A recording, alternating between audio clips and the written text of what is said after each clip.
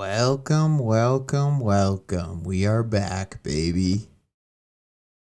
CREEPCAST had to reschedule their episode, but I'm here. No, I watched the whole episode though. It was out on Patreon, so I saw the whole thing. I enjoyed it, but uh, just throwing a little shade at them for reposting it. But I get it, whatever YouTube algorithm BS. But we're here today to read some more horror stories. Let me make sure my audio is coming through. Here we go. Says it is, so we should be good. I shouldn't have closed down YouTube if I was gonna check. I'll just do it on my phone. That'll be quicker.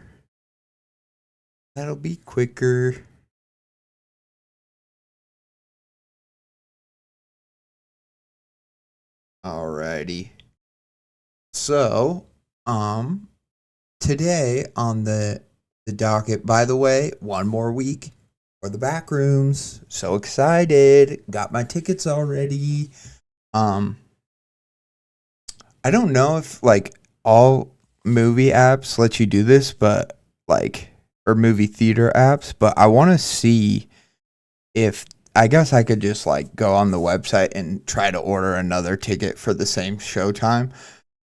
But I wish they could show you how full up the theater is, cuz for the day I got and the time I got, there was already a good amount of seats, but I'd be curious to see if week of, if it's a full oh, Void, what's up, Void? Shout out everybody. Major props to Void for getting his story read, The Deer Pit on CREEPCAST last week. That's awesome. But yeah, Backrooms looks incredible, and I'm super excited. And it looks like I'm gonna be seeing it in if not a packed theater, at least a pretty a fairly full one. So that's cool. That I am excited to get to watch it with an audience, hopefully of people who, I mean, I'm sure some people will be seeing it having knowing almost nothing about it, but I think the vast majority of people who go to see the Backrooms will have at least have seen some of the YouTube series or have some sort of a whatever, whether it's being a fan of creepypasta or a fan of internet horror, they're gonna have some sort of uh connection to it in that way. And so I'm so excited. It's gonna be, I mean, in my opinion, it's gonna be the horror movie of the year. I hope it breaks every record for A24, so they just give Kane his own deal to do with whatever he wants. And if that means that they produce a TV show, if A24 delves into TV in that way, because I don't know if they've I'm sure, but because that's what Kane has said he wants to do is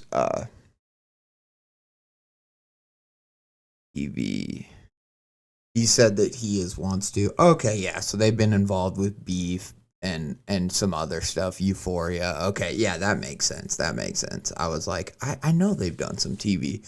But yeah, my hope is that they would just green light whatever else he wants to do with the series, because it's such a success, whether that's a full-fledged TV show or whether that's a limited TV show.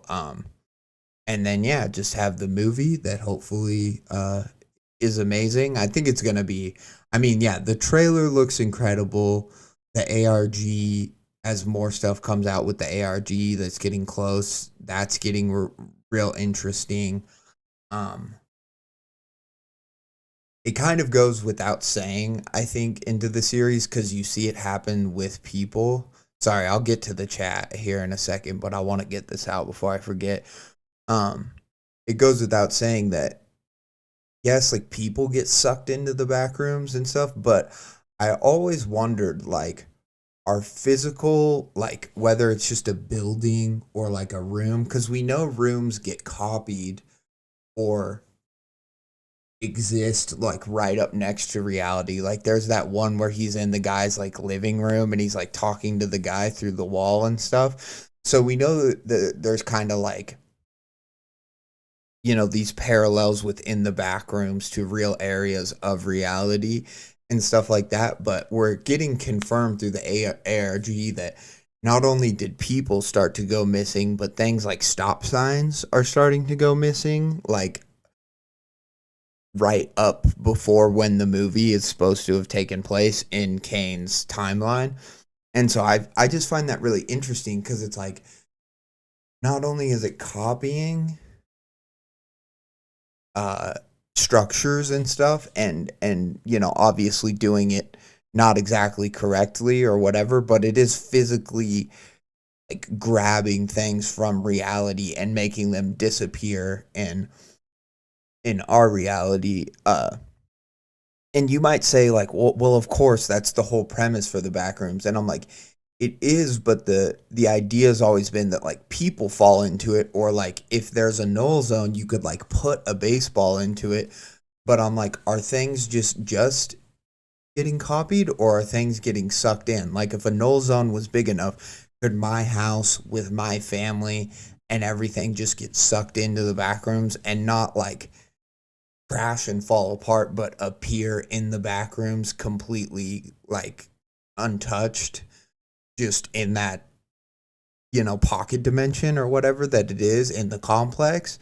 And so yeah, I find that like concept really fascinating, because not only is there like the null zone within Clark's furniture store where he's going to explore, but it also um it leads to the idea that, like, let's say if a building was under construction or something, like, and it was like set to be demolished, if it got sucked into the back rooms, it would be gone from our reality, but they would be like, oh well, somebody else must have got the contract and demolished it. Like obviously there would be more to it than that. People would probably figure out that what the hell happened, this building's just gone.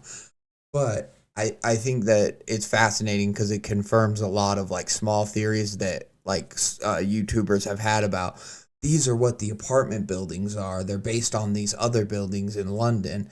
And so, yes, some things might just be a copy of it where it still exists in our reality, but other things might disappear from our reality altogether.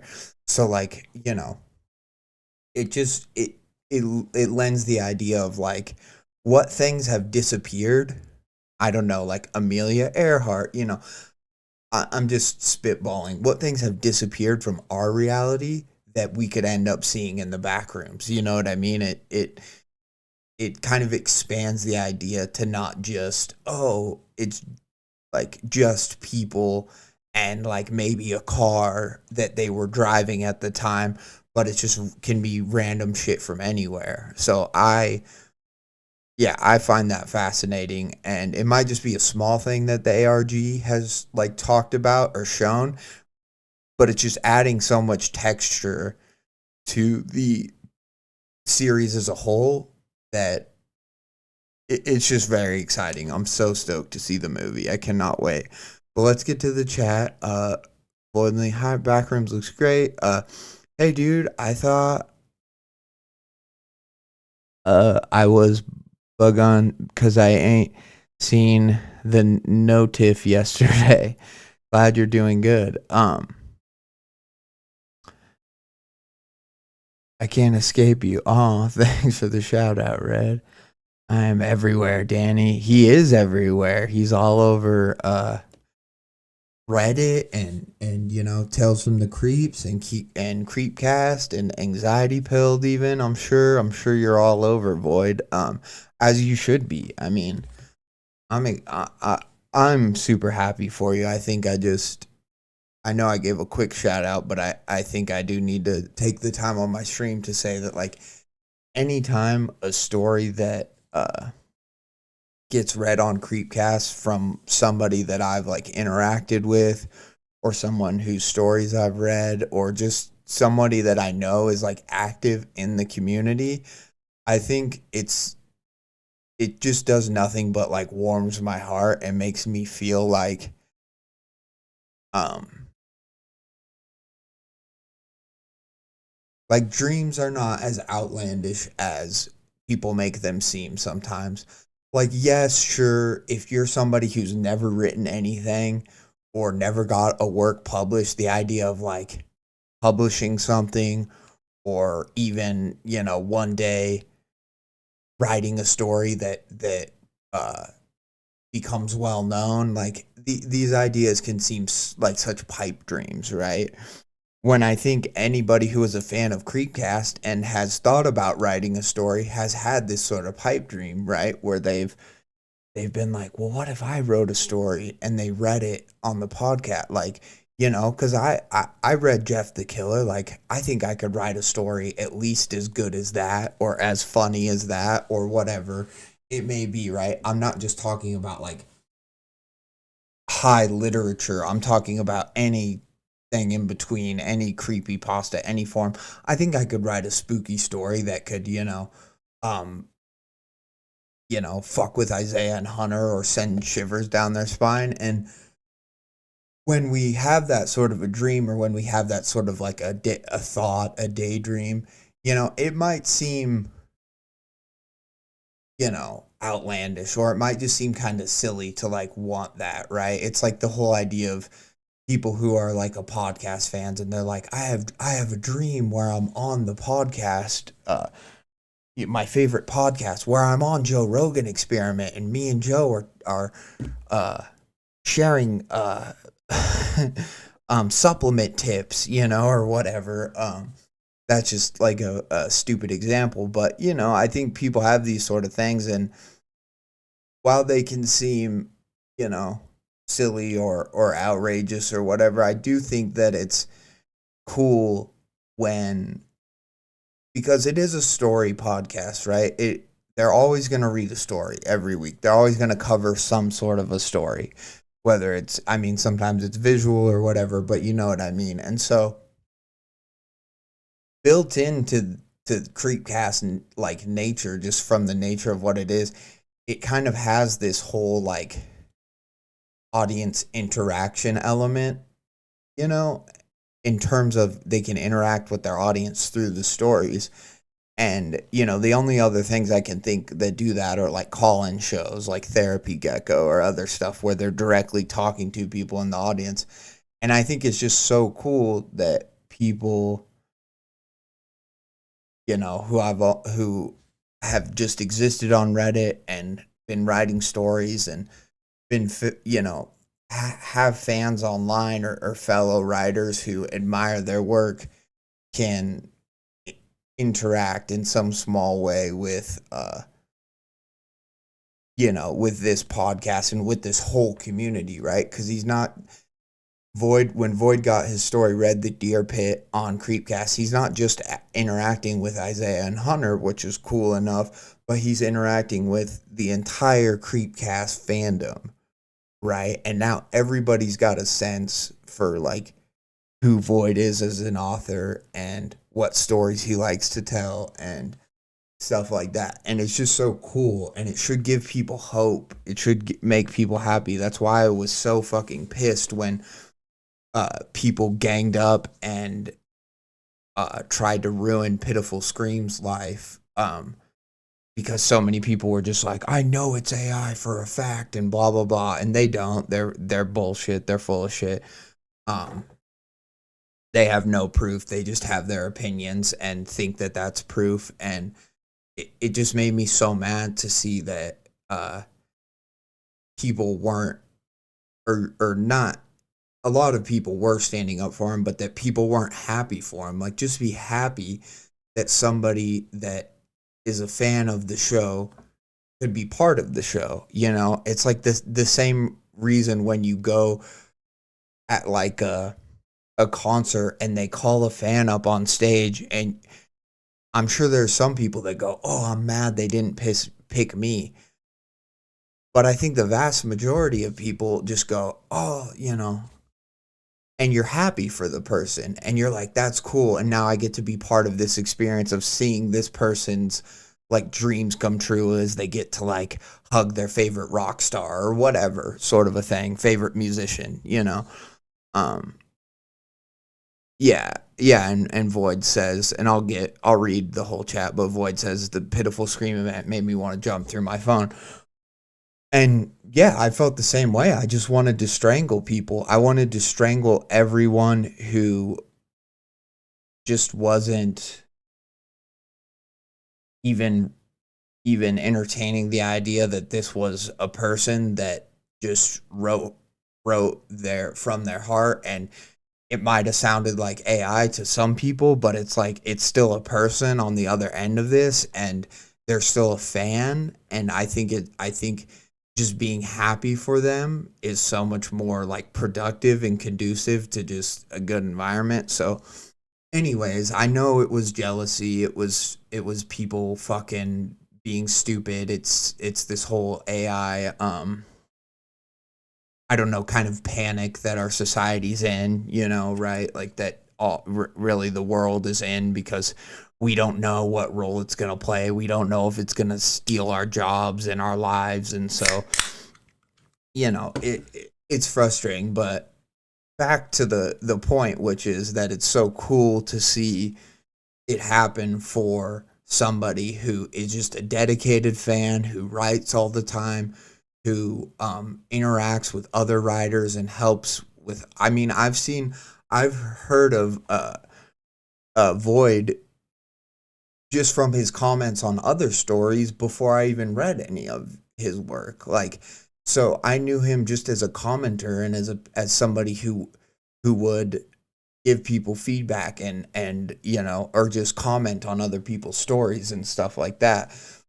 And it's so cool to see when that person gets their moment in the sun, gets to be showcased. Like, that is awesome. That is objectively awesome and cool and great. And whether or not you love the story, I mean, I thought it was good. I thought I thought it was a great story. But whether or not you thought the story was just okay or was your favorite thing ever, you should be happy for that person. You should have nothing but, give them their flowers, because you know it's the right thing to do. It's the fun thing to do. It's what makes the community fun, and it's what is deserved. It's like people deserve praise when they accomplish things, when they do things that they set out to do. And when we all wrote stories and posted them on r/creepcast, or creepcast submissions, or tales from the creeps now, or a thousand other Reddits that popped up, when we do that, or when we do that, we're all, we're trying to achieve something, whether it's just people reading our story, whether it's getting on Creepcast, and that is worth, praising and recognizing. So I, hat off to Void. Great story. I'm going to have to read more of your stuff, Void, in the future. I also just want to have you on, maybe to read one of your stories, or to hang out and talk. I know I messaged you and said that, but yeah, I hope we get to chat in the future, because yeah, it's so cool. Your stuff's great. I remember the Shadow over Bikini Bottom. Like, that's a super fun story. I can't, off the top of my head, I can't remember any other ones that I have for sure read, but you're a name that pops up in the community again and again, and there's a reason for it. It's because you're dedicated, and that dedication deserves recognition. So that's what I wanted to take a moment to do at this point in the show before we get into any stories. Void says, you seen Obsession yet? I've yet to see it. I'm a big fan of Curry Barker, the director. I have not seen Obsession. Here. Well, I don't know if we can watch the full trailer, but I can at least pull it up to remind me. Because I know I've heard about it, or I've heard about the trailer.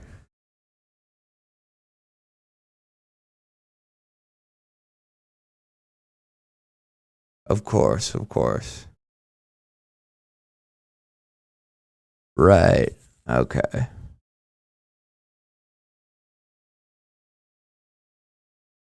May 15th. Okay, so it just came out like a week ago.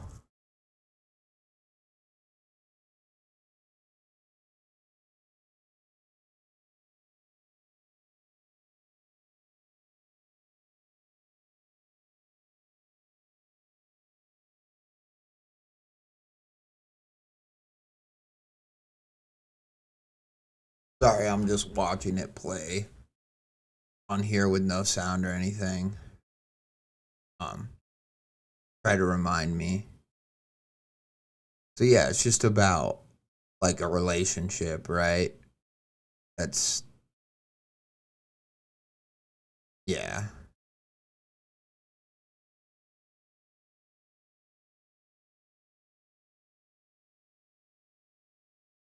Oh, right. And then the girl is like, yeah. Okay, yeah. He figures out that the girl has like been stalking him and yeah.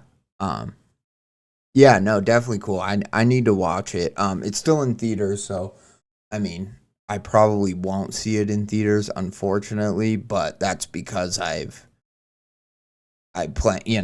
planned for sure on seeing Backrooms and so but yeah, I definitely will watch that once it comes to streaming. Um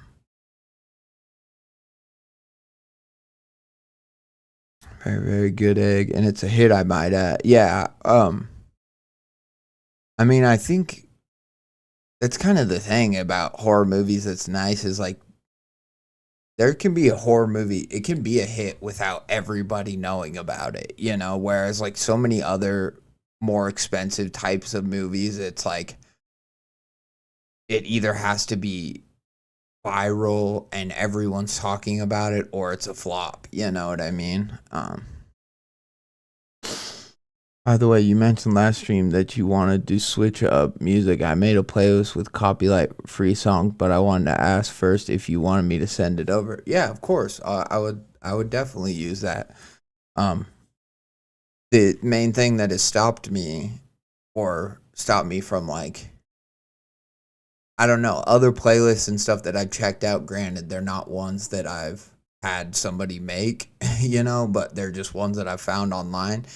It's like one or two songs might be good, but usually they will one will be like too fast paced or it'll be like loud piano going off and that it'll just kind of distract from the story. But I'd certainly love to I'd try it out, yeah, and I need music that is royalty free or whatever because I just don't know enough about how YouTube works yet, but I know that like right when I think I've kind of figured it out, there's been issues, so I keep doing max Anson's hours on loop because I'm like this doesn't cause any problems, but I'm sure it does get annoying for people and repetitive. The people sound too much like the machine we taught to sound like people. Right, exactly. The machine that's supposed to be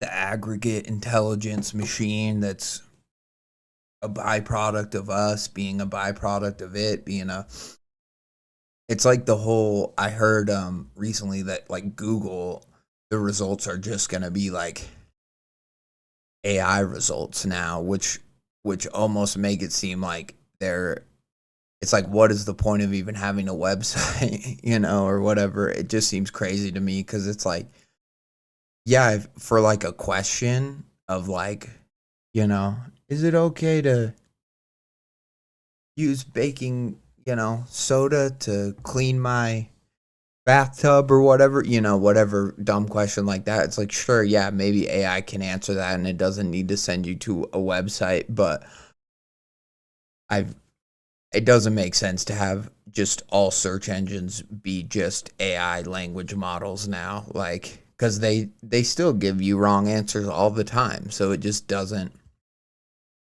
You're way better off going to like an article about cleaning with baking soda if you have that question and just seeing what it says.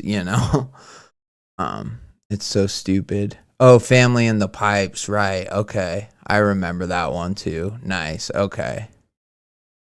Hell yeah. Well, yeah, of course. Shout out to you, Void. Shout out to you, Danny. Thank you for the playlist, and I will certainly check it out. I might not use it on this stream, but I'll check it out and I'll probably listen to it or listen to some of the songs and then play it. But so on today's docket, we have Grandmother's House by B.W. Byers, which is a choose your own adventure horror ARG where we make decisions and that decision sends us to the next link, and we go through the story like that, which is very fun and something that I have not gotten to do on stream yet, at least not like that.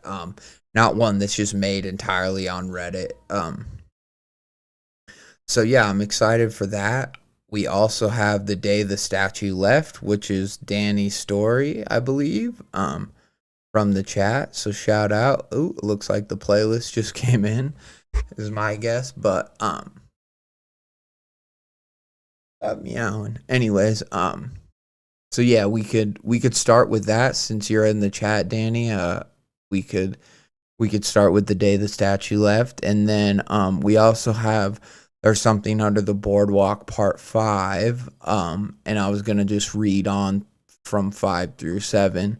So what do you guys want to do? What are your votes? What should we start with? I think Danny's story, probably the best bet, but Danny's usually in the chat, so I think we could also get away with doing the choose your own ARG first too. Just depending, and then here. Ooh, YouTube music, spooky. Here's my thing. Okay, it's 9 videos. That's not bad. Okay, hell yeah. Can I loop the whole playlist? Or I guess maybe it'll just keep playing because it's a playlist, right?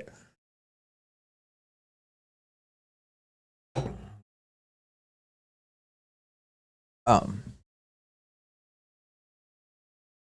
yeah, I will definitely check that out and maybe just use it for the foreseeable future, and maybe we can just have, if it's like open or whatever, I don't know how YouTube playlists like that work, but maybe we could have other people add stuff to it too if they want to. That would be awesome. All right. Well, so you want Boardwalk?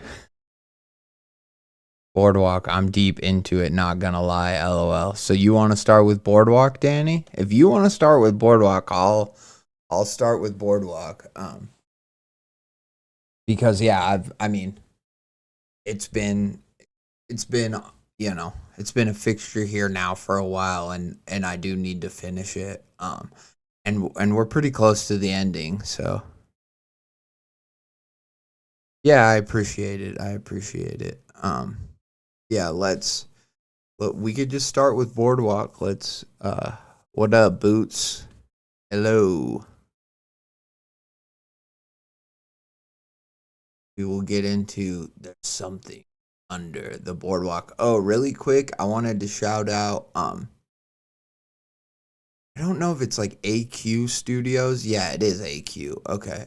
AQ, new analog horror, twin tornado incident. They've started a few AQ Studios that they made Midwest Angelica. They've started, cool. Well, we'll at least we'll finish Boardwalk and then we'll just see where it goes. Danny, how about that? But AQ Studios made Midwest Angelica, and I think it's over now. I mean, they've released like the whole thing as like a 2 hour and 40-minute movie, which I have been kind of curious to maybe sit down and just watch it straight through and see, compared to just the CREEPCAST episode and stuff, how much more came out. Because I watched some of the standalone videos like after the fact, but I don't know if I've seen the whole thing in its entirety. But they made like a few months back, they made this, like, it was called, it wasn't on this channel. They started their own channel for this, the hydratheory.net. But it was called like the Aqua Zone something. And they did that. They made like the first part to that, but then I guess I think AQ Studios was like, yeah, we're just, we didn't get like it's the Codex Aqua Zone analog horror short. And that was really good too. Like, I really like that, but I think they apparently were like, yeah, we didn't get the views on it that we wanted or the support that we kind of wanted, so we're going to move on to other projects. And now they've started this Hydra theory.net, and I mean, we can watch the official trailer here right now.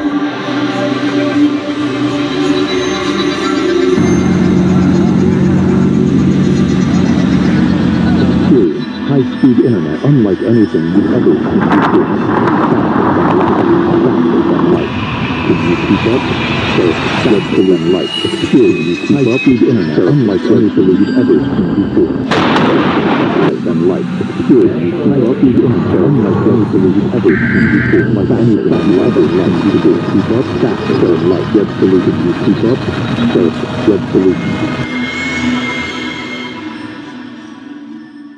The trailer, when I saw the trailer like a week ago, I was like, I mean, I like Midwest Angelica enough that I was like, yeah, I'll give it a shot. But the trailer didn't really excite me that much. But I did watch part one, or episode one, and it was pretty cool. I was intrigued. I liked the concept of, something supernatural causing a tornado or happening within a tornado. I think it's obviously a scary, interesting setting, and I've always found storm chaser people fascinating, and I like that as like a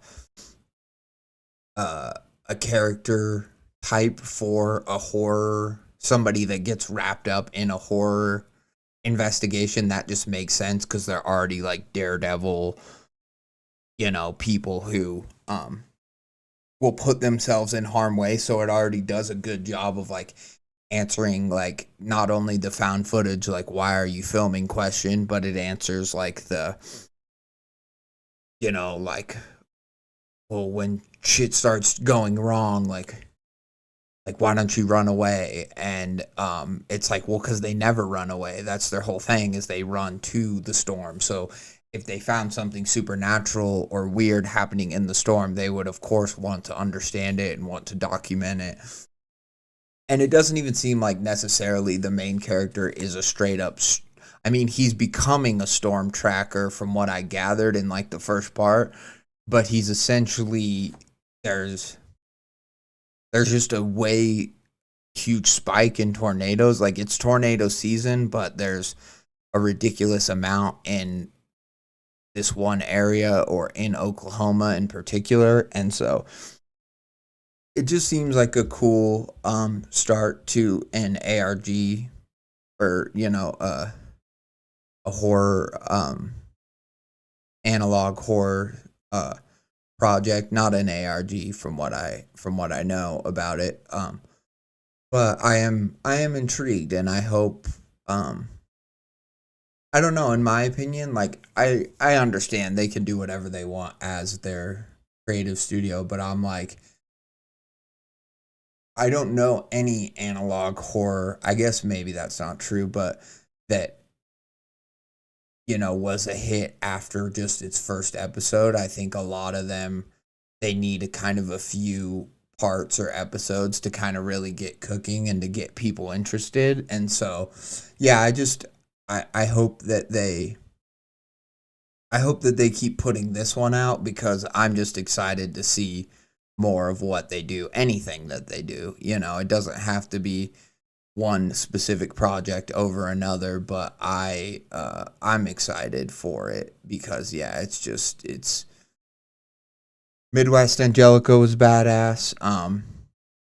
And yeah, I just want more fun stuff to watch that I can not just watch somebody react to it, but be able to like watch it myself and form my own opinions, about it before ever watching like a breakdown video or anything else. Um, so yeah, that's all. Also, shout out to Harold Sleeper. He's somebody who, we've read his stories on the podcast. On the stream. The Masterpiece is a story that we've read on stream, but he actually made his own YouTube channel and did a narration of it, which I think is really cool. I think more writers should narrate their own stuff or put it up, as a, if not in a straight visual medium, just, having a YouTube video to share for people to just click on and hear sometimes is so much easier than to get people to sit down and actually read a story. And so I just think that it's cool that he's done this, and hopefully he does it with more of his work and stuff in the future. Very cool. So shout out to him.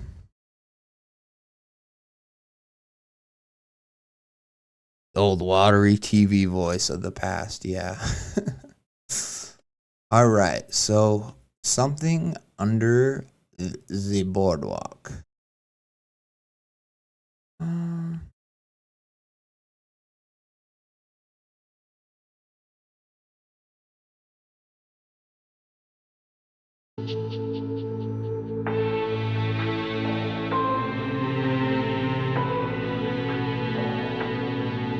All right. Throw this over here.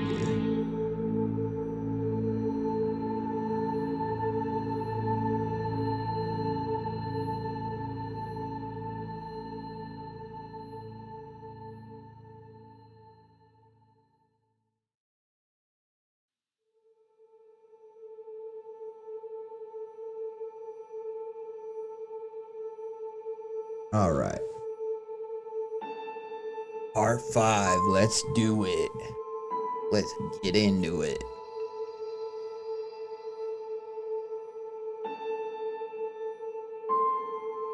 So, basically, we've just seen the aftermath of what happened to Bane, our kind-hearted teddy bear homeless man who was gonna get sober and go reunite with his daughter, and it was gonna be, he was turning over a new leaf. He was changing his life. He was, he'd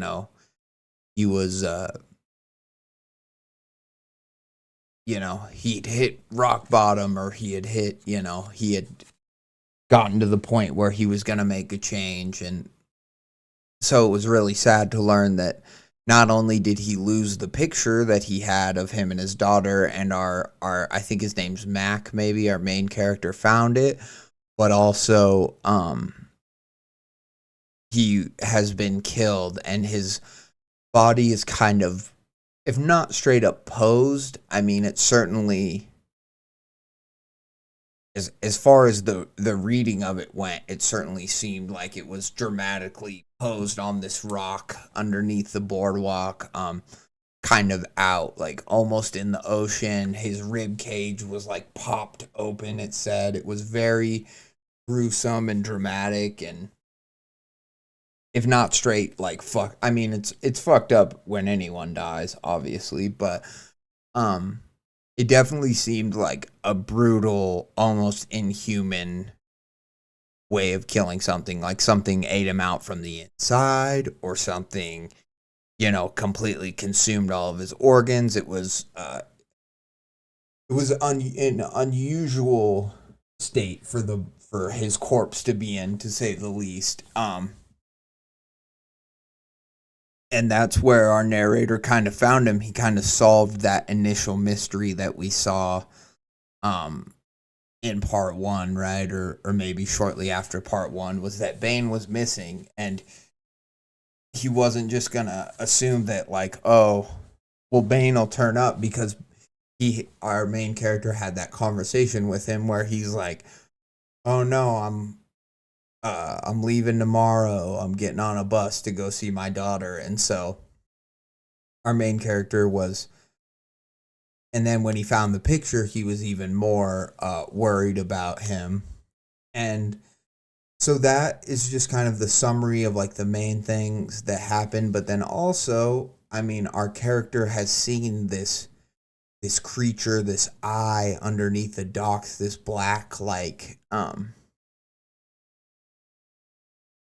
symphonic, almost like weird symbiote goo thing that was in his house, and that he literally had to light on fire because it was like kind of attacking him and his dog, or it was like, it seemed like it was gonna like eat them or whatever. And then it ran away. It slipped under the door and it went out into the drain. And so from there he was kind of like, well, where the fuck did it go? Who knows? But now he's got his eye out. So that's kind of where we leave the story. We know that our character works at a record store. He's a big music enjoyer. He's, a music aficionado. Works at the record store, borrows old records from the store, listens to them at home. The music is a very big like theme in this story. And other than that, he went on a date on that first kind of night before he knew for sure that Bane was missing. He went on like not even a date, but he just grabbed drinks with this girl that works at the pizza place, at the bar, the bar that's on the boardwalk. And yeah, they had a nice time, but the only thing we really need to know about that is that our main character seems kind of emotionally unavailable. Despite having a good time with the girl, and the girl seeming like she really liked him, he's, still just wants to be alone. He's kind of a loner. He wants to be alone. His dad died. He lives, I think, in that house that him and his dad lived in. And, enough said. He seems to be emotionally unavailable, and he really just kind of wants it to be him and his dog and no one else in his records, right? That's all he has room for right now in his life. So yeah, let's get into the story, but I did want to do that brief synopsis or summary if people haven't listened to the first few parts. But let's get into There's Something Under the Boardwalk, Part 5.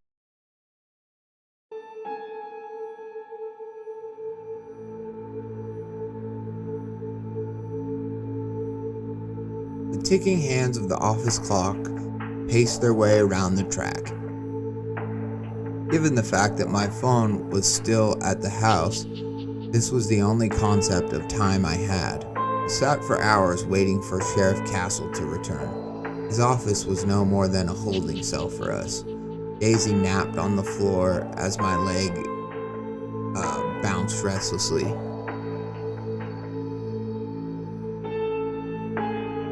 Suddenly, the door swung open, and there he was, carrying 2 bowls of water and kibble for my girl. Oh, well, that's nice.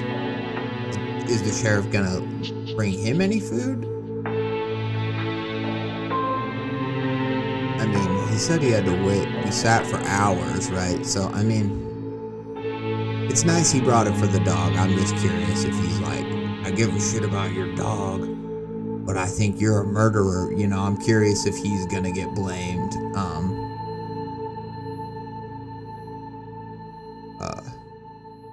I know you two have been waiting for some time, Mr. Grimbridge. I'm sure she could use this. He placed it down to her smacking lips. Thank you. So do you... He cut me off before I could even begin.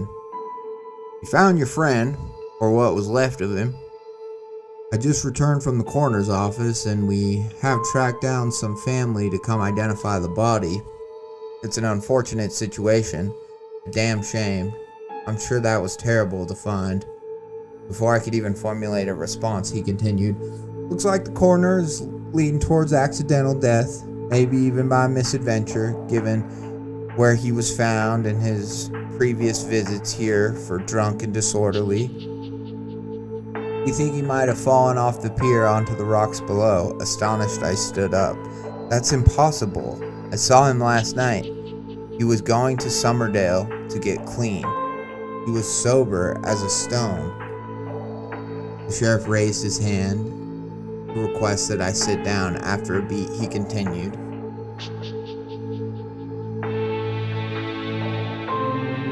I'm sure he was.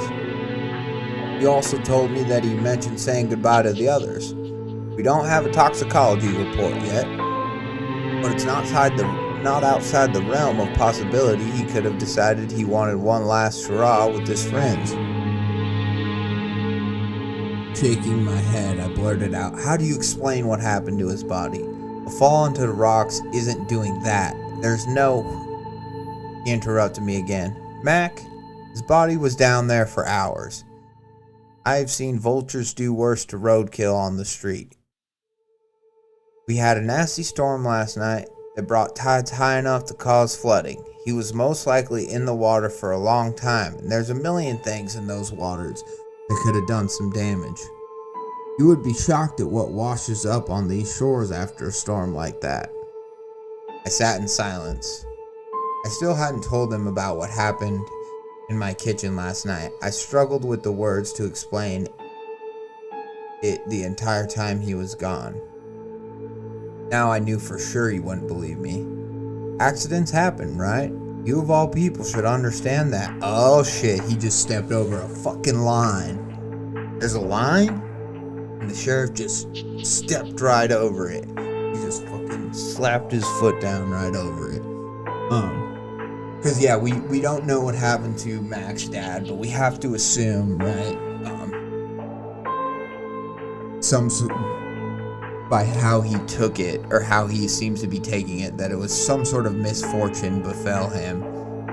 And now we're getting, you know, the sheriff's kind of, if not using that against Mac, I would say he's being like, you know, you of all people should know this, and because something bad happened to your dad, you know, why couldn't something bad happen to Bane? Even though we know that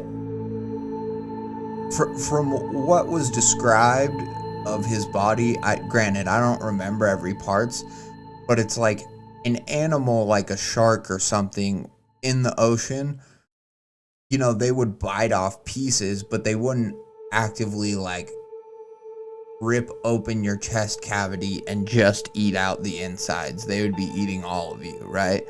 Same with vultures, same with anything. So it's kind of a ridiculous theory anyways, and it's also like there would be a lot of signs of animal bites and stuff if it was vultures or whatever. I don't think the body was even touched that way. I think it was like just blown out from the inside, sort of a thing. So I can understand, you know, the the sheriff or the police are always going to look for the most common logical explanation. I mean, think about it like the whole spouse thing, right? It's like if a husband or wife turns up dead 9 times out of 10, it's the spouse or the ex-spouse or whatever. And so they're immediately going to go to the most common, whatever, when clearly this is not, because of the information that we have, this is not, this is outside the realm of like common deaths, right? Where we need to be looking, we need to have a much wider scope of possibility here. And so, yeah, and so I also think that,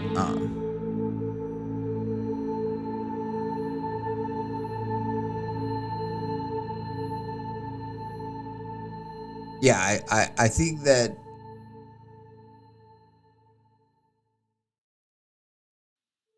I think that it's just fucked up of the sheriff to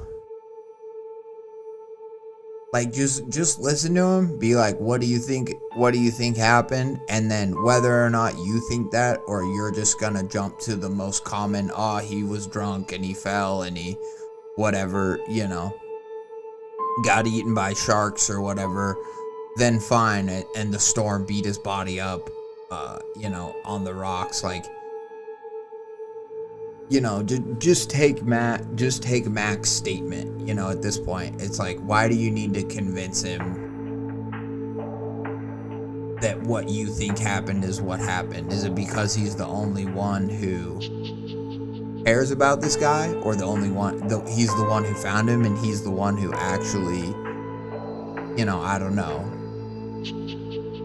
is trying to, get him justice, if there's justice to be had,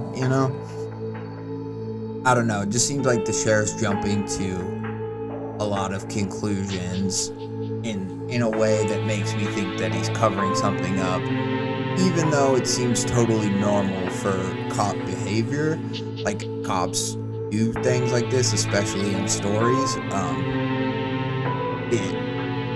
Just the fact that he's like now bringing up his past and like calling him out, it just seemed like too overly aggressive, to where I'm like, something, that there's this monster that lives under the boardwalk that eats people, right? And you cover it up because you don't want the tourism and shit to fade anymore, because it already has been going downhill, right? And you want to keep your job and keep your...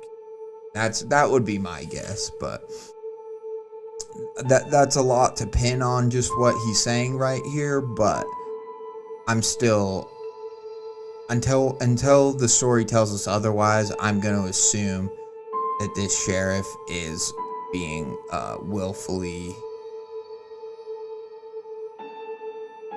covering things up and being willfully like ignorant. As he said, he's like, they don't have a toxicology report, but because he's an addict, he's just going to assume that he wanted one last hurrah. Accidents happen, right? You of all people should understand that. This should be a wake-up call for you, Mac. I know he's your friend, but that could be you someday. See, already, I know I didn't finish that sentence when I was reading it the first time. I kind of read ahead a little bit, and then it got me all fired up, but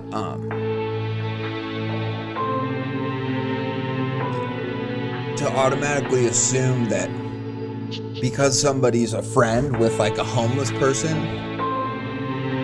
and then whatever they drink, I guess, could be the only other thing he knows about Mac, or that he happens to work in the town, like on the boardwalk too.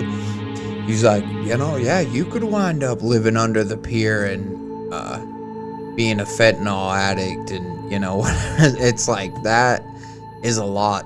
Again, it's a lot. It was a lot for me to put on, but it's a lot to put on a guy who just has had some sort of tragedy with his dad dying, and then found a dead body of a homeless guy that he was friends with. It's a lot to be like, yeah, well, why were you down there looking for his dead body anyways? You're not careful. You could end up getting eaten by a Lovecraftian black ooze monster, you know? Again, I don't like the sheriff. I think he's being, other than that last line of that could be you someday, he's being pretty normal and reasonable, but I still just don't like him. Stunned, I stared at him. I was ashamed of what he was alluding to. I know losing your dad was hard. I knew him. I tied a few off with Lee at Mix back in the day. I just don't want to see you go down the same path. It was awful having to respond to that call and see it was you. See, and that makes it sound a little bit more nice. But it's like, I wasn't down there to fucking shoot up with him. You know, I wasn't down there to I wasn't drinking down there, you know. He was, I think, drinking at his house. And he had the bottle of vodka or whatever in his fridge. So he obviously drinks at home, and he did drink at the bar too, but it's like, you know, being a drinker is still a pretty far step away from being a homeless guy who lives under a boardwalk and, you know, dies under suspicious circumstances. Like, I don't know. We don't know how his dad died yet, so maybe if his dad died from some sort of, you know, drunk driving misadventure while being intoxicated too, then we could understand that, okay, like, that's why the sheriff is worried about him. But right now it just seems like he's really trying to scare Mac off of just ever even involving himself with this any further. He's just trying to be like, if you're not careful, the ooze monster's gonna get you and turn you into a junkie too. That's what it does. It bites you and then gets you addicted to fentanyl. Scary.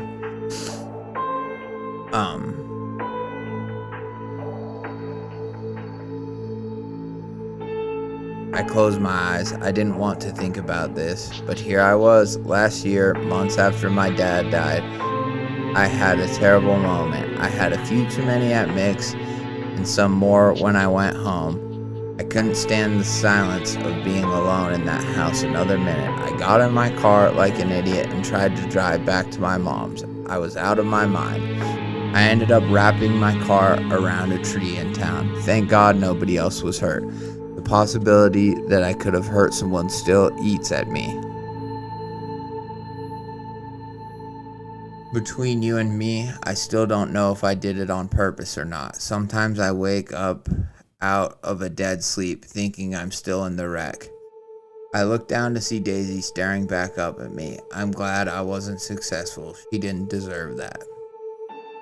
I took a deep breath. Sheriff, I think there's something very wrong happening here. He reciprocated my inhale and crossed his hands, choosing his next words carefully. He had an unsettlingly serious look on his face. Mac, I'm going to give you some advice, and I strongly suggest you take it. There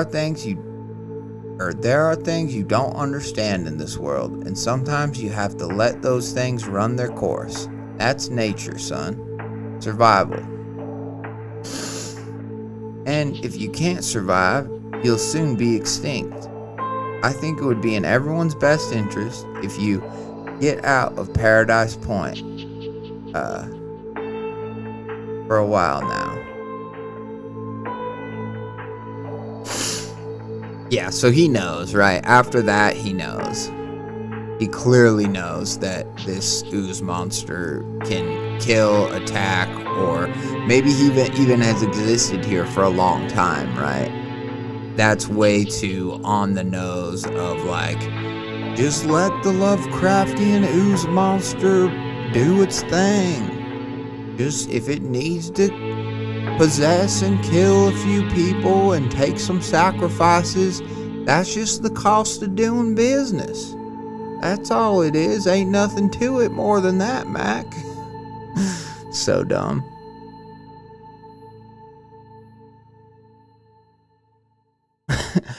Danny, imagine after all this time it turns out that the thing under the boardwalk was just fent. Yeah. Or the thing under the boardwalk is, it's fentanyl laced black tar heroin that's just this sentient glob of, it's the ooze monster of suffering and all that stuff. But it is just like, Max, like, I went back down there because, the beast, I've been chasing the beast for a while, and it took one last look at me, and it knew that I was gonna leave it, and then it just killed me, and so then it's a sentient glob of heroin that, yes, you can use to get high, but then if you also try to leave it or get sober or whatever, it just fucking kills you. It just fucking eats you out from the inside. Like, it doesn't make you overdose, like it could do that. It could just, give you a hot shot and put you to sleep, but it's like, no, I'm gonna go inside you, and instead of making you feel good and drugged up, I'm gonna fucking eat out your insides and explode out your chest and like your eyes or whatever. That'd be pretty cool. I don't know how fully Lovecraftian that is. I mean, it is, obviously, because it's like, how did a drug become sentient, But, at the same time, I think it would be a good metaphor, or like or it wouldn't be a metaphor at that point, but, it's interesting, right? It's a funny concept to just think that, like, oh yeah, this it's a special brand of heroin that got smuggled in from,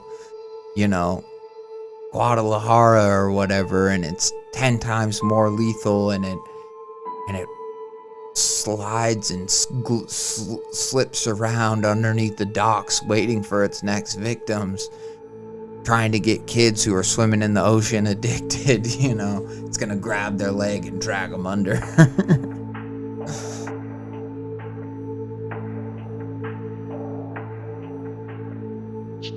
He grabbed his jacket with those final words and escorted us out of the office. I turned around before he closed the door and asked one last question.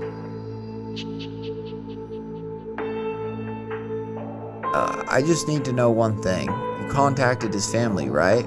What was his real name? It doesn't really matter, he said coldly.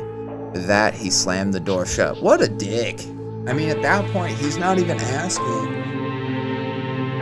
He's just asking because he wanted to know the guy. Like, he's not asking because he's like, I'm going to investigate this more. He's just asking because, like, the sheriff knew that they were friends, right? Everyone knew that Bane was his nickname, that, like, people gave him, and it's kind of a mean-spirited one. So all Mac wants to know at this point is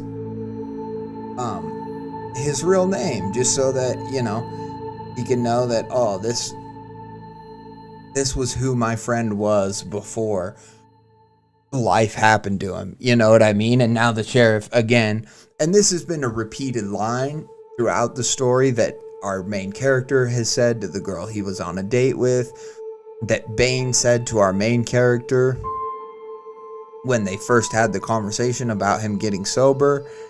And now, with the sheriff repeating it, it's fitting. Like, the repetition is fitting. It's evoking the theme of the story about, the kind of undesirables of society, and how it's just easier to not acknowledge their humanity, right? But it to me just, again, represents the sheriff's character, because although Max said it to the girl, he said it about himself, right? She was like, well, what's your name? I've had fun tonight. And he's like, it doesn't matter, because he doesn't feel worthy of love. Now we know he wrapped his car around a phone pole. Clearly he feels ashamed by that, right? He feels guilt. He could have hurt somebody. He could have left his dog alarm. He doesn't know if he was trying to kill himself, you know, so he clearly feels shame. And so it's understandable why he would just be like, oh, it doesn't really matter. You know, my name doesn't really matter. You don't want to get to know me, kind of a thing. But for the sheriff to say that about Bane while Bane just died and his family hasn't even come to ID the body yet, and the person who took the time to actually go and find him and find his corpse is like, well, will you tell me his name? And he's like, it doesn't really matter, and just slams the door in his face. Fuck this sheriff, dude. This sheriff is corrupt, in my opinion, and he is hiding the truth from the people. And now he's trying to get, because Mac's asking questions, he's trying to get Mac to leave town. Like, imagine just doing the service of finding a dead body, reporting it to the proper authorities, whatever type, whether you know the person, whether you don't, whether it's, you know, in the woods, in the city, doesn't matter, right? Imagine doing all that, sitting in the fucking police station for hours, waiting to like give your statement or do whatever, you know, waiting to be to sign your name on the papers that said like you're the witness or the person who found the body, right? Imagine doing all of that, and then at the end of it, the sheriff's like, I think it's best if you leave town. It's like, I just found a dead body. You don't need me to testify, or you don't need me to, like, you know, be around in case you have more questions. He's like, no, I think it's best if you just leave and never come back. It's like, okay, fuck you, buddy.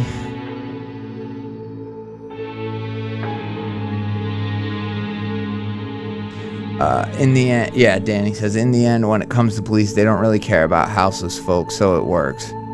But it's also is very inhumane. Yeah, and my point exactly is like, even if the sheriff doesn't care, right? He knows that Mac cares. And so like the human thing to do would be like, oh, his name was blah blah blah.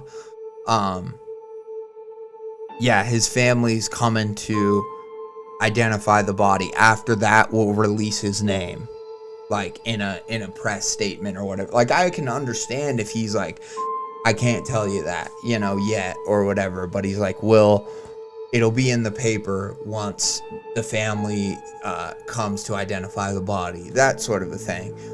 But he just goes, it doesn't really matter, and slams the door in his face. So yeah, fuck this guy. Like, he could be just as uncaring about the death while still not treating Mac like an asshole, you know? He's still being an asshole to Mac, and is like almost kind of using Mac's past to manipulate him into being like, don't dig any more into this, you know what I mean? You don't want the trouble this is gonna bring you, you know? So yeah, fuck that guy. When we got home, the silence of the empty house forced me to confront Castle's words. I did something I never thought I'd do. I picked up my phone and called someone who has been trying to reach me for months, my mom. The sheriff was right. I am way above my head.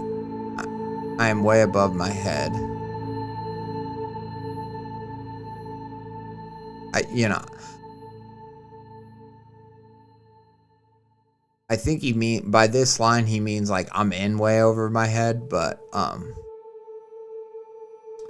yeah, I don't know if he needs to change this, the author.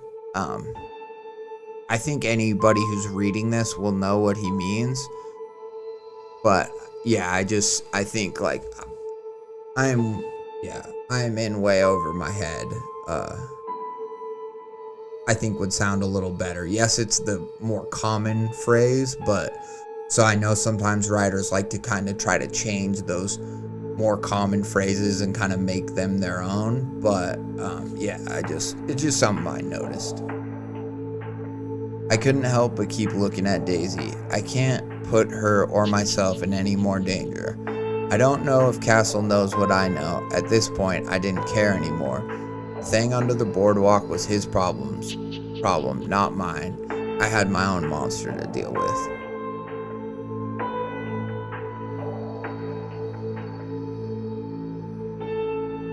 The astonishment in my mom's voice when I called was incredible.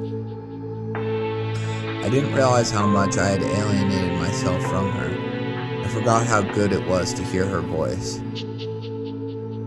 Are you sure? Michael, I can be there in a few hours. It had been so long since I had heard from her. I almost forgot my proper name. It almost felt like she was talking about a complete stranger. Yes, I think it's time. The haste in which she hung up the phone could be felt through the receiver. I swear I could hear her car keys rattling. I wasted no time packing up. I couldn't very well take the stereo with me, so I decided to give one last album a spin, The Slider by T-Rex. Nothing like a little glam rock to lighten the mood. I think I could even sense the wag in Daisy's tail as a sign she was ready to leave.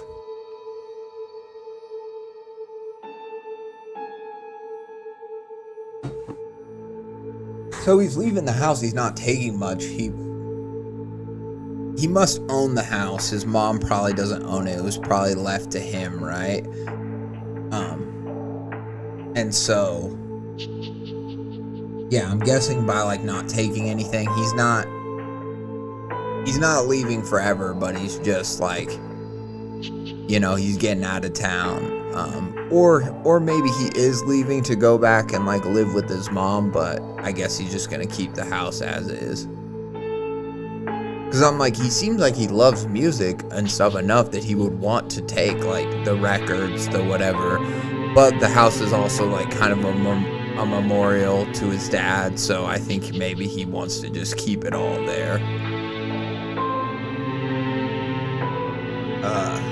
There wasn't much I could take with me, and I wasn't sure if I was ever coming back. I'd be leaving this place almost exactly as I found it, and maybe that was for the best. Just as my favorite song on the album, Ballrooms of Mars, was playing, I couldn't help but notice an ironic line. There are things in the night that are better not to behold.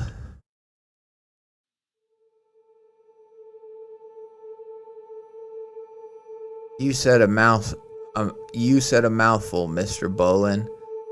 The sun was in its early stages of setting, and I did not want to be around for whatever tonight had to offer. Then something happened. Just as I finished packing, I went to grab a bite to eat from the fridge. The picture I drew as a kid was hanging on the front, and I took it down, weighing if I should bring it with me. That kid was certainly braver than I was now.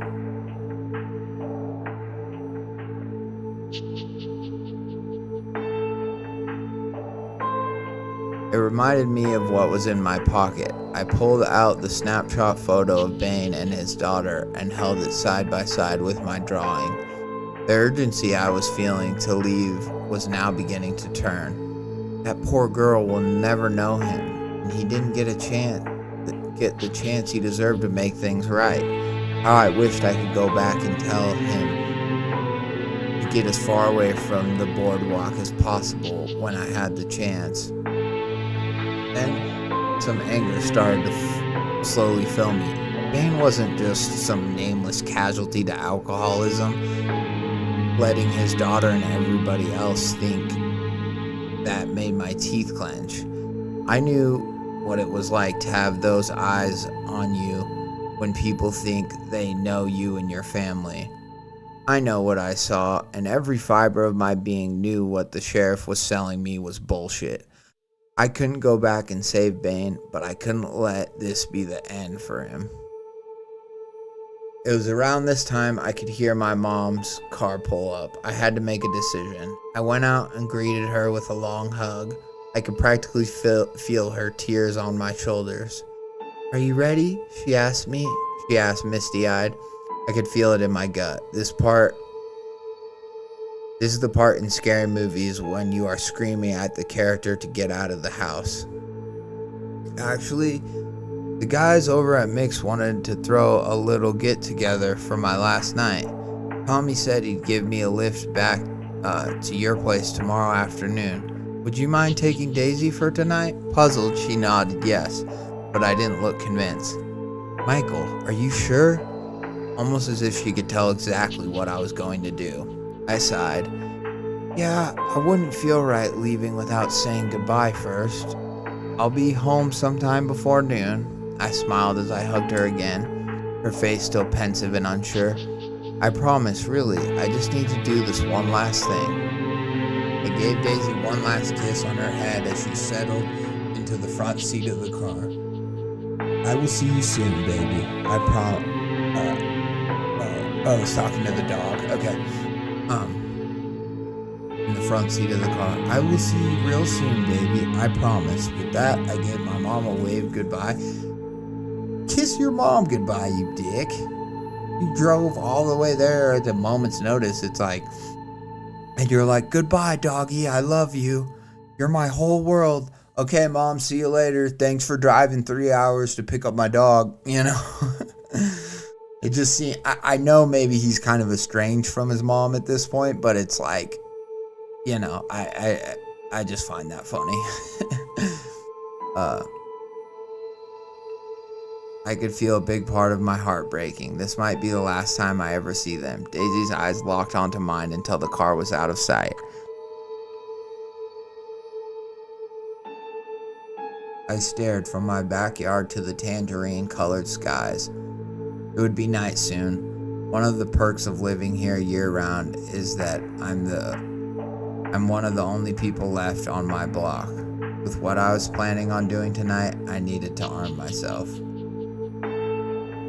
The Mackenzies next door had a tool shed that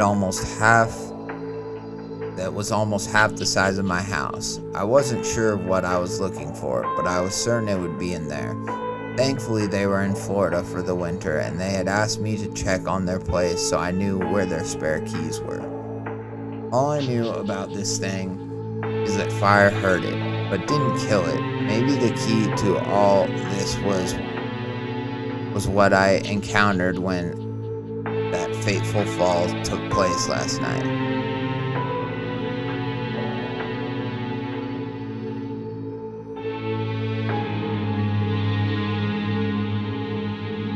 Pit in my stomach returned as I thought about it again. That nest, I shuddered to think that maybe I was right about what it appeared to be. But not the horror of what that meant. Their shed was loaded with garden and construction equipment. Mr. Mackenzie was quite the handyman. An axe gleamed in the light of the shed. Might not kill it, but I'm sure it would slow it down. I stowed it away in my bag as another item caught my eye. A small handheld grill torch sat on the table with a full tank of propane attached. I had seen Mr. Mackenzie use it to show off at cookouts. There's a typo here.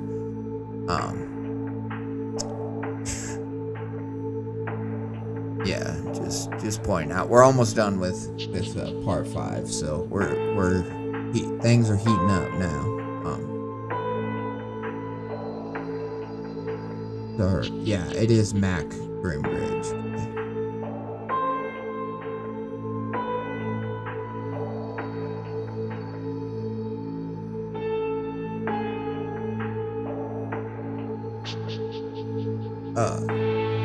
I had seen Mr. Mackenzie use it to show off at cookouts. A plan was starting to formulate. I returned home to pack my bag for the night. This time, there was no music. I was going to have to make a stop at Mix after Tommy closed down for the night. I looked at my phone to see a text. My mom had sent me a picture of her and Daisy, safe and sound. I could feel a tear in my eyes. I texted her, I love you. Okay, see, there we go. Now at least, that makes me feel better when he just waved when he just kissed his dog and said bye to his dog and then just waved to his mom. That at least makes me feel better now that he texted her, I love you. I scrolled to the very bottom of my message to see the last line, the last conversation I had with my dad. Me, I'll be there in a few hours. You want some takeout? My treat. It doesn't really matter. Oh shit. That same line, it doesn't really matter.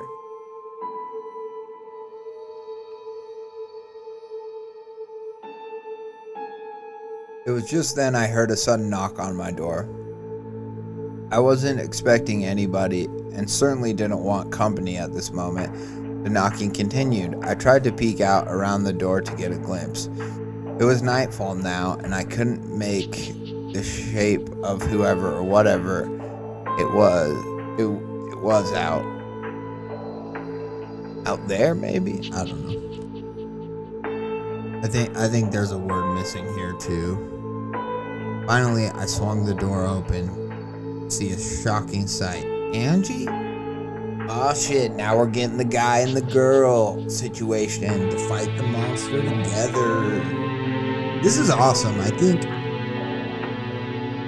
in so many ways, I think it's just like a classic kind of horror story, and I think the story's self-aware of that, and it knows, like, it even brings that up, like, this is the point in the horror movie where you're screaming, like, to get out of town, you know?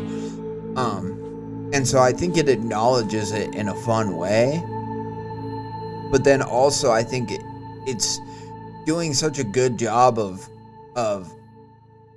not making it like a lot of shallow horror movies would have this guy just be you know, like a young man who's just trying to get laid, and so he invites the girl over, and then they have the final showdown with the monster, right? You know, and he's like, well, I'm leaving town forever, so I better see Angie one last time. But the story has done such a good job of making Mac like a real character with real struggles and stakes and like opinions that it just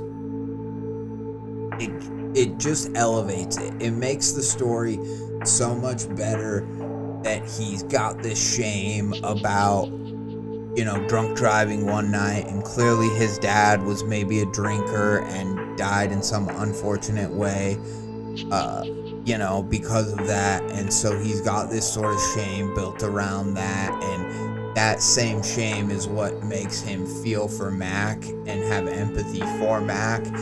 And that's why he was friends with Mac, honestly. We can now pretty confidently say that's why he saw Mac as a person and didn't just shrug him off like everyone else or think that he was some dangerous homeless guy, right?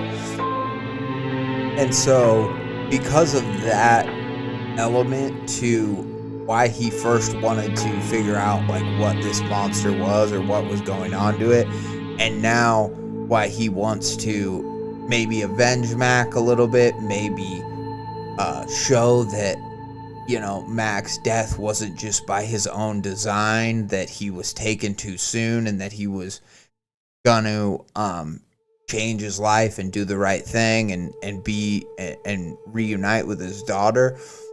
All of these things really make the story so much more captivating and honestly interesting. You know, the monster, I would say, although, you know, it is a cool design and stuff, and I like the setting and the monster, it's honestly the least, or not the least interesting part. It's less interesting than, you know, this character and the reason why he wants to kind of prove everything the sheriff had just said to him wrong, you know, both about himself and about Bane, right? And now it seems like maybe Angie's gonna maybe help him do that, or we don't know, right? We'll see. But I think that it's one thing to have a good monster in your story, and this story definitely does, with the weird kind of sonic elements to the creature and stuff like that. And we speculated some of it, but some of it, you know, we like, or, you know, I was hoping that it would be more like that it would affect the records and stuff like that. And we haven't seen that happen yet in the story. Maybe we will. But, I think either way, it's a cool monster and creature design. But, what a lot of stories, what I was gonna say is, like, what a lot of stories,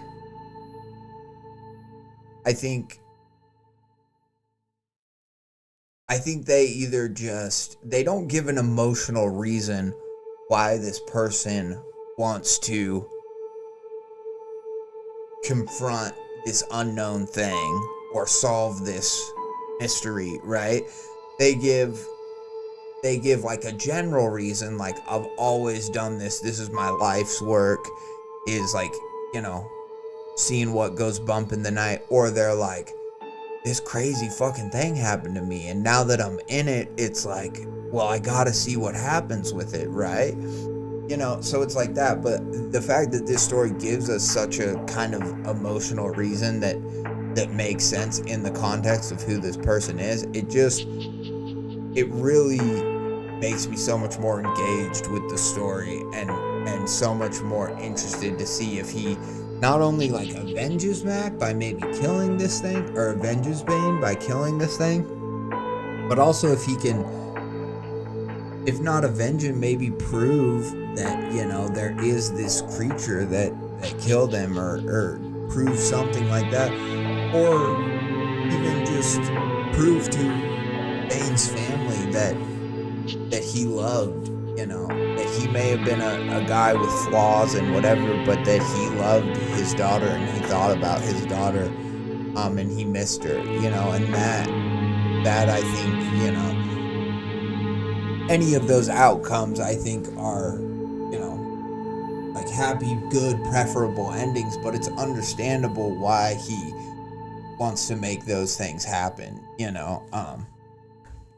On an emotional level, it's like, I could see why he wants to confront this monster, or wants to prove that the sheriff is covering up that this monster killed Bane, you know. It makes a lot of sense. It's very good. It's very it's well written, and like I said, like, and the monster's interesting and cool, but it's ultimately it's his desire to protect and you know, Bane's memory and Bane's, you know, whatever reputation, that I think, you know, makes it really like understandable and cool. And I'm not sitting here thinking like, why are you gonna confront this monster? I'm sitting there going, yeah, do it for Bane, you know, do it, fuck that sheriff, you know, fuck Sheriff Dickerson or whatever his name is, you know. And I think that's I think that a lot of writers, or a lot of people who are writing, you know, these stories, especially a multi-part stories, could take a few notes from this, and revealing or having your story unveil an emotional reason why your character is going down the path they're going down, you know.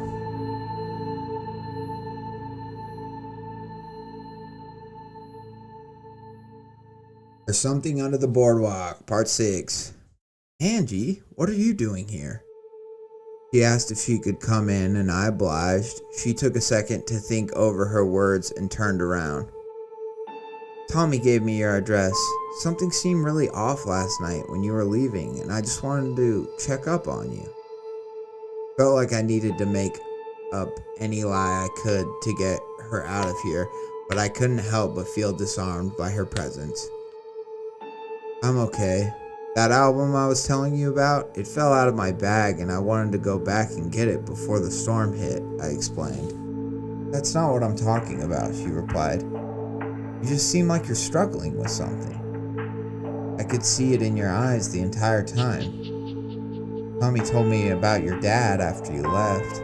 I shook my head. Of course he did. I'm fine, I promise, I started laughing. I don't know who I was trying to convince. She asked if we could sit down on the couch, and I followed her. She seemed very sullen, not the same lively girl I had met last night. The bright eyes I got acquainted with now had a cloudier tone. You don't have to talk about it if you don't want to. I just wanted to tell you that you aren't alone, even if you feel like you are. I know what it's like to lose somebody and still deal with it every single day. Wringing her hand, she continued, I lost my little sister 5 years ago. I told her how sorry I was. She shook it off and took a look around the house. This is a pretty big place for just one guy, don't you think? She observed. Yeah, this used to be my grandmother's. She left it to my dad and he moved down here after the divorce. When he passed, it went to my mom and I. That would explain the antique furniture, she jabbed jokingly, looking at an old wooden cabinet of pictures. I laughed. I think it adds charm, don't you? She nodded and continued to scan the living room. When the record player caught her eye, she got up to check it out when she noticed a collection of albums. So are you going to play the record that was more important than hanging out with me last night? He inquired sarcastically. I got up to find it. Looking at the cover made me freeze in place.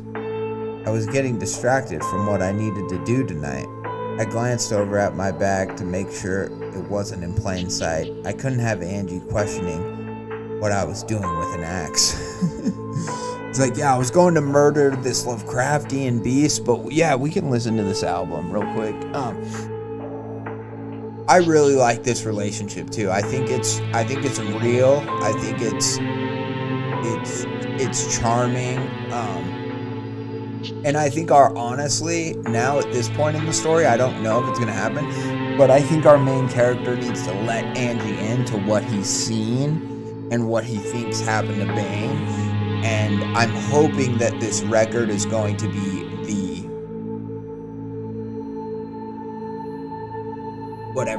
the springboard that allows that to fully come to fruition. Whether that means the record gets distorted and does something weird, or whether the other thing is I think she was gonna tell him, or is about to tell him about I think her sister may have gotten killed, like in the ocean, or something. So the sister could be a victim of this thing too. So Angie could have just as much reason to fight, stop this thing, unveil this thing as him. And so I'm hoping that this is the part where they can come together and really become a team and solidify not only their friendship and their relationship, but also like the fact that they're both gonna do something about this fucking, goo monster or whatever it is. This Lovecraftian horror.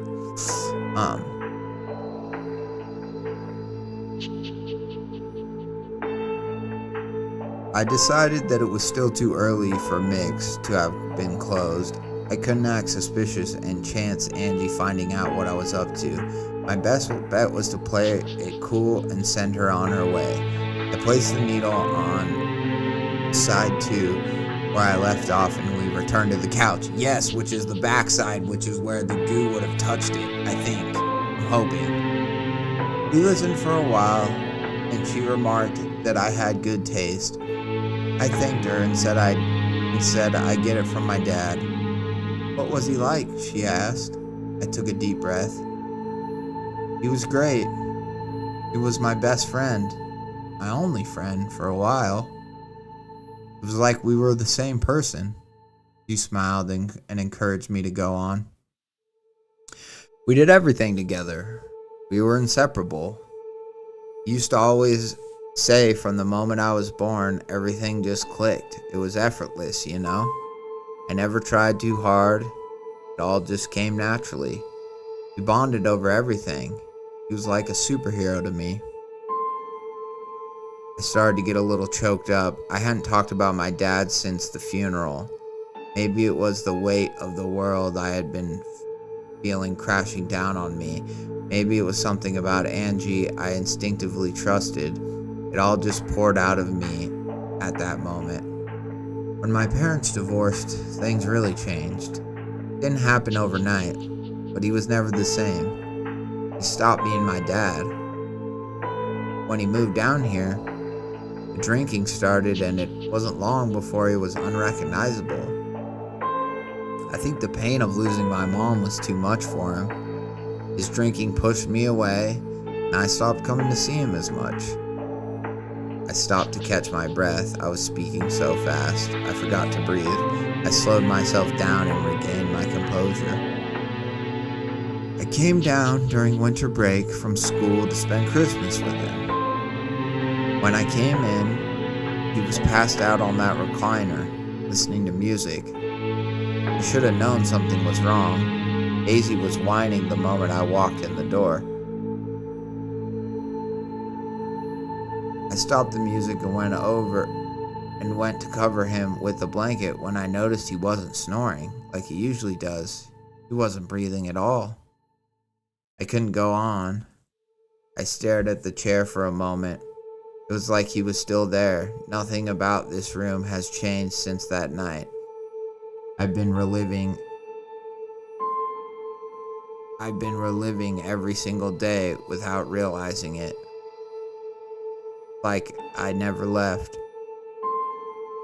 They said it was alcohol poisoning, but I felt like my dad died long before that, I lamented. Angie brought me in for a hug. I could feel the tears squeezing out of my eyes.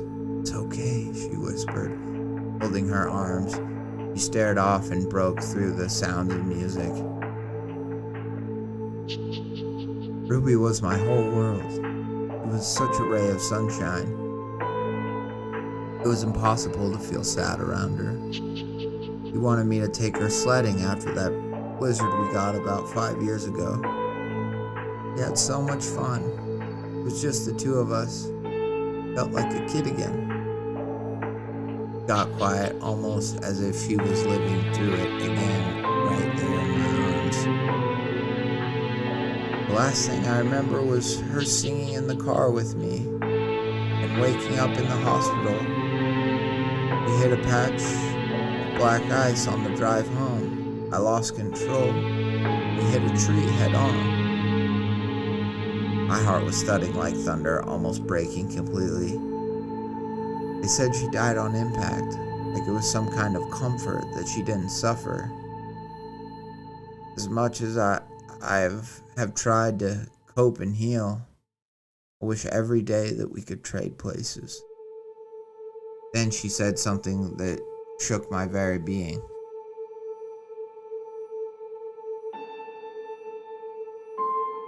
Some nights I wake up and it's like I'm still in the wreck. Time may pass, but it doesn't mean it takes you with it. That's the thing about depression. It's like quicksand. You're stuck in place, slowly being consumed and don't even know it. That's what it wants. It's inside of all of us, just biding its time before it can swallow us whole. We sat in silence. Those words hit me hard. Then a question dawned on her as she got up to look at me. "You said you had a dog. Where is she?" I was so deep in the moment I almost forgotten Daisy was with my mom. I made a promise to her that I would be back. Maybe it wasn't too late to turn around. Oh, I actually had my mom pick her up. I think I'm going to leave Paradise Point for a while. I just needed to do something before I left, I confessed. She looked puzzled. "Really? What was that?" There was no way I could tell her the truth. I was at a crossroads, but I knew what I needed to do. For now, I didn't see the harm in spending what could be my last hours with her. Maybe I needed to see the girl who works the counter at Vincent's before I left. At Vincent's, yeah, okay. Before I left, I quipped. I felt something pulling me down. It was her. She brought me in for a kiss. Kiss that felt like the first warm day after months of winter. What record was your dad listening to? She asked, nodding towards the stereo cabinet. I had to think about it. It was Band on the Run by Wings. Paul was always his favorite Beatle. As a matter of fact, this was the very room where my grandmother and father watched the Beatles on Ed Sullivan. My dad always said it was the moment that changed his life forever. Ironically, the song that was playing was the second to last, Picasso's last words. That always struck with me. It was a shame he didn't at least make it to the end. What do you say we finish it for him? She suggested. It made me smile. We were nearing the end of Secret Treaties. She asked if she could use the bathroom. I pointed her in the right direction and decided to find the album. Once I found it, I heard her voice in the distance. Mac, I think something is wrong with your sink. Confused, I asked, what do you mean? He replied, there's nothing coming out. It keeps shaking when I turn the faucet. I think it's clogged. I made my way across the living room. I started to get a pit in my stomach. Don't touch anything, Angie. I'll be right there, I commanded. Mac, can you? Her voice started to tremble as I began to rush to the door. I swung the door open to see her staring at the mirror. Her hands were crooked and frozen, her eyes wide and fixed upon them. Her fingers were darkly stained and shaking. She began to turn to me, pleading for help. The color sent a jolt of terror throughout my body. Black. Oh, so she got infected now. Black eyes. That sucks. I hope Angie can be saved, but I mean, it is a horror story after all, so I would understand if we don't get the happy ending. I think maybe that's why when I read horror stories, like, usually, not always, but it's like I still want the happy ending, you know what I mean? So maybe that's what makes me what makes me invested as a reader compared to like other people that are just like, yeah, when are they gonna die, you know? Like, I want, especially for Mac and Angie, like, I want them to get together and be happily ever after. So this is gonna be brutal if she dies right here, but you know, it is what it is.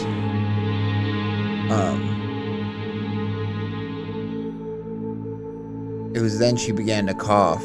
It was quiet, but then became a gag. She collapsed to the tiles, gasping for air as I reached down to catch her. Just before my eyes, one of her teeth fell out onto my lap, then another. Her cries began to ring throughout the room as she desperately grabbed for them. A darkness began to bleed through the vacated gums in her mouth, smearing her face. I released her and stood frozen as I watched her crawl towards the toilet. She looked back at me as her eyes began to ooze the same substance through her ducts. Her whimpers were now screams as I watched her eyes begin to roll back in her head. Fucking help her! The white now consumed with black. They bulged as they melted from the inside of her head, painting her face as she clawed it. I fell back into the door and slowly began to crawl back as I watched her body convulse. Her veins began to pulsate. I could practically see them through her skin as the darkness invaded her bloodstream. Her fingernails slid off, making way for the same stringy mess of black tendons I saw last night. Soon they broke through several areas of her body, ripping her skin apart. Suddenly, her screaming stopped. A new noise came from her mouth. and it didn't belong to her. Her limp head slowly twisted toward me as her body began to slowly stagger upwards. I skidded across the floor and slammed the door shut. I ran across the living room to hide behind the couch. I grabbed the axe and grill torch. I needed something flammable. It was dead silent when the sudden start of the final song, Astronomy, made me jump. I could hear the quiet turning of my bathroom knob creak throughout the house. I peeked my head above to see only the light of the bathroom against the wall and the unholy silhouette that occupied it. I watched those black webs stick to the hardwood floor, dragging Angie's lifeless feet forward. See, I mean, maybe she's not dead, but like, I'm fucking pissed because I liked these characters enough. I want to, just whatever. I shouldn't read horror stories and complain when bad shit happens, but when I like the characters as much as I did in this one, I feel entitled to it, okay? And it's fucking bullshit. Dragging Angie's lifeless feet forward, she was unrecognizable, practically being worn as a suit. The same dissonant sound droned from within her as it crept its way through the shadows of my hallway. It made its way to the light switch, turning to my exact location as if it knew where I was. It widened Angie's decimated mouth into a twisted form of a smile as it killed the lights.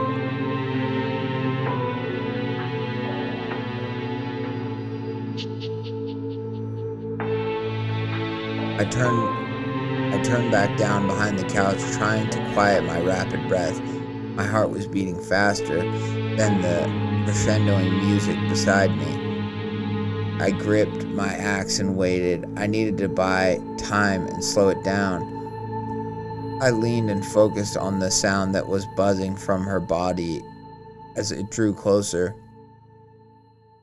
My adrenaline was at an all-time high as I could hear the wet suction on the floor beside me. I jumped out from behind the couch to meet the atrocity, screaming as I swung the axe. The element of surprise was on my side. I took a wild swing at the thighs like a demented lumberjack. The legs separated from what used to be a body as it collapsed to the floor.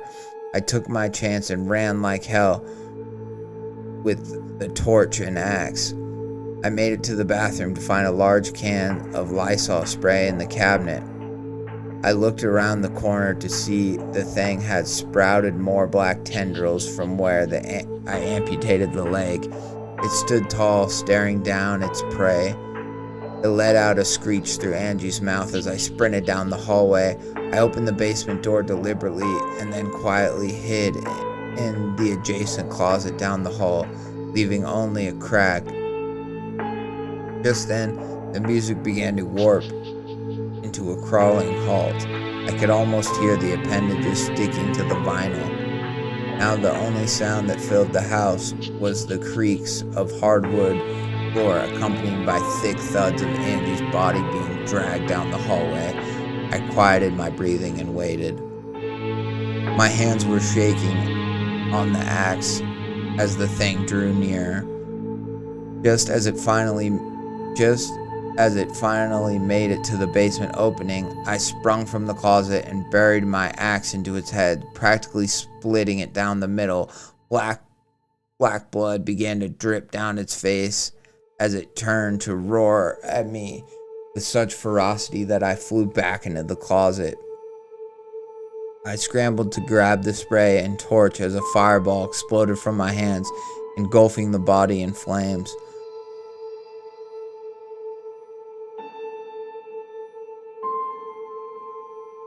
With both feet, I kicked out as hard as I could, sending it tumbling down the basement stairs. I slammed the door shut and held my body against it. All I could hear was muffled cries of the beast and the crackling flames.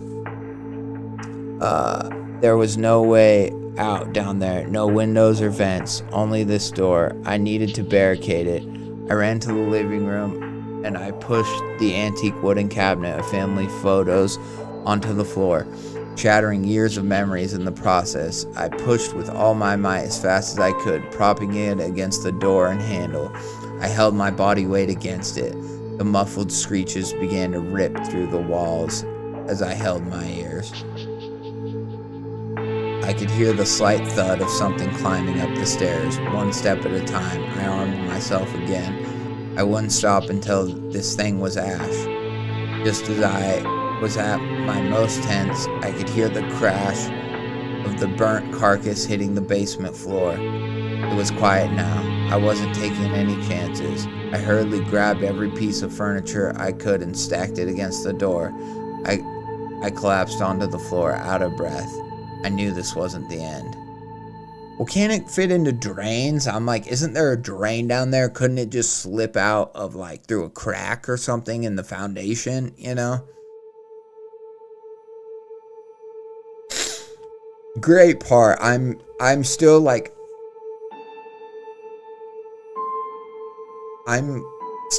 vehemently bummed. I don't know if that makes sense, but I'm vehemently bummed that like Angie is dead and fully taken over by this creature. I'm still trying. This is how much I liked them as a couple, that I'm still trying to create a situation in the story for them to somehow come out of it alive.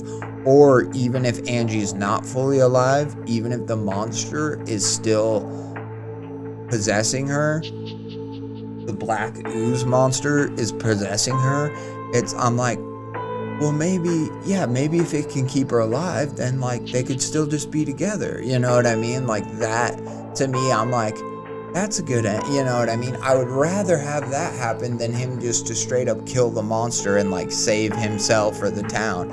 I would rather have them both possessed by this thing and then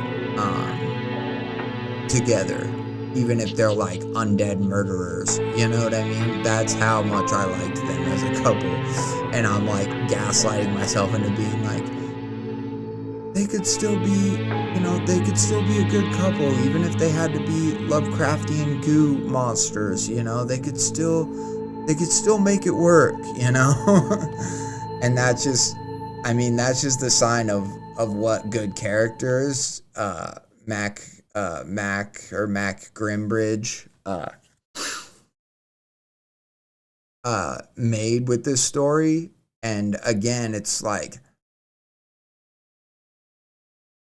it's almost like I like them too much for how quickly it went downhill and how she got just completely killed and taken over by this thing. I think it was great, like horror and imagery, and it was gross, and like the teeth falling out and like the shooting out of like parts of her body and just puppeting her. Like, I think that's really fun and good horror, but I'm also like, I'm thinking to myself like, well, did that have to happen? You know what I mean? And I think that's just because I like the characters so much. So it's not really a criticism of the story that it's like, I don't think Angie should have died. I think that's just my own like romantic bullshit, puppy dog preference, where I want the puppy love and I want things to turn out okay.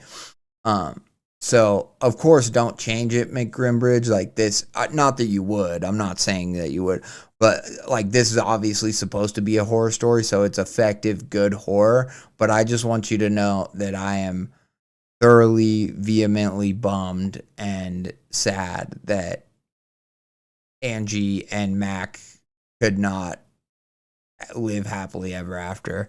And I want you to know that you did that to me. You broke my heart. You breaking my heart, Mac. Why you doing this to me, Mac? I'm sad. Very, very,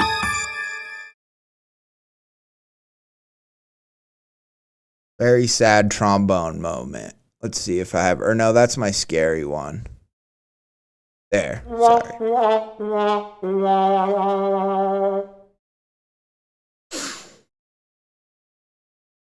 I'm very bummed. Thoroughly bummed. Adamantly bummed. God damn it. God damn it, Angie. Why'd you have to go take a shit? Why'd you have to go into the bathroom and powder your nose or do whatever you were doing to look sexy because you thought you were going to hook up with Matt? Why couldn't you guys just listen to the album and bang on it on his dead grandma's couch or dead dad and grandma's couch? Come on. Why?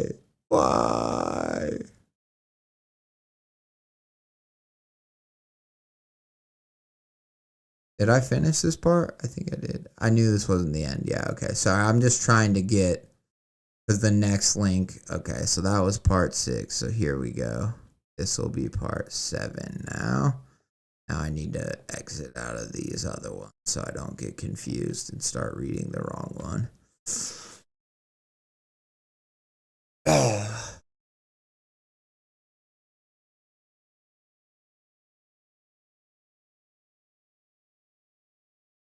Such a fucking bummer, dude.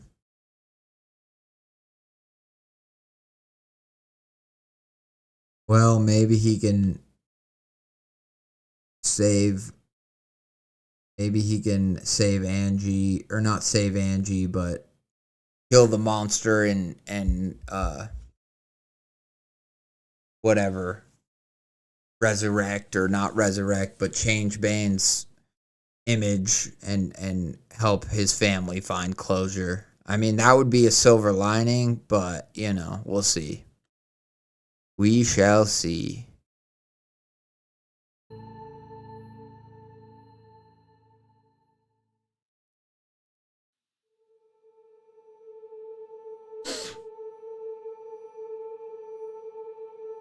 I hurried as I grabbed my bag. The axe was in the basement with Angie's body, and I couldn't chance going down there. I was met with the brisk and howling wind outside as I began to rush down the street.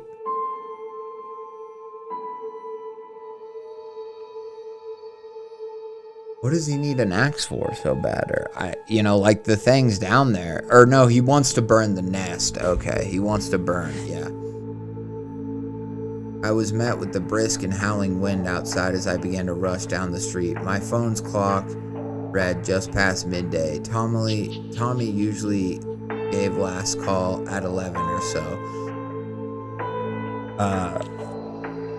Mix was attached to a motel owned by the same family. He was most likely working the desk overnight, so I needed to be careful.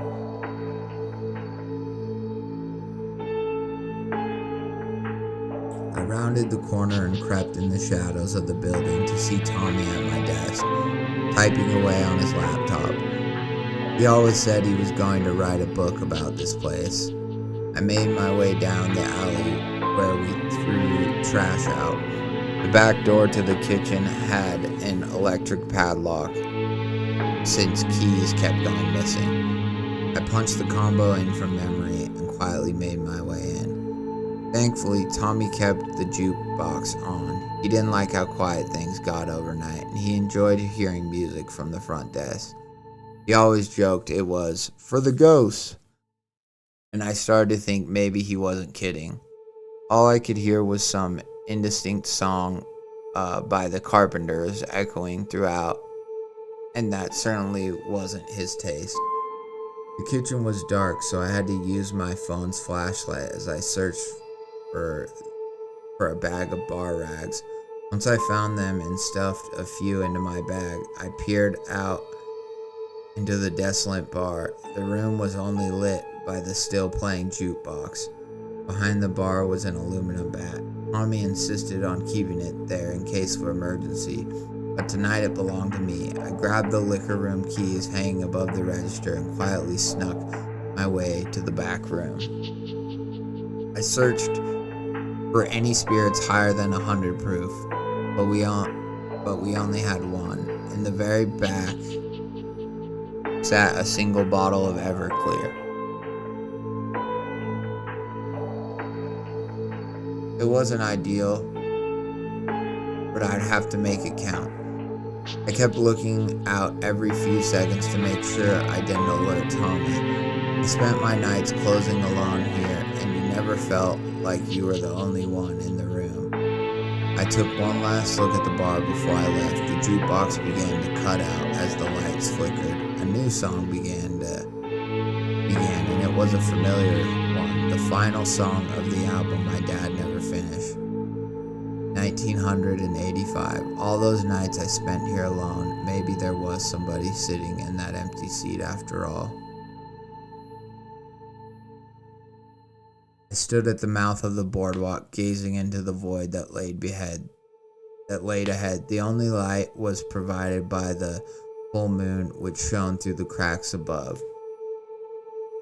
I retrieved the heavy-duty leather gloves I stole from the Mackenzie shed and gripped the baseball bat tight. Lysol spray and torch were positioned in the outer pockets of my bag like gun holsters. I traversed the sandy floor, waving my light down the hall of pillars. I could hear the boardwalk moaning above me as if it were gasping its final breaths. I needed to find the nest and put an end to this. These patterns in the ground before me would lead me right to it. I was certain. If nothing else, I was what it wanted, and I was ready for it to come get me. Just as I was making my way to the pier, suddenly there was a noise. It echoed out from behind me as I shone my light in its direction.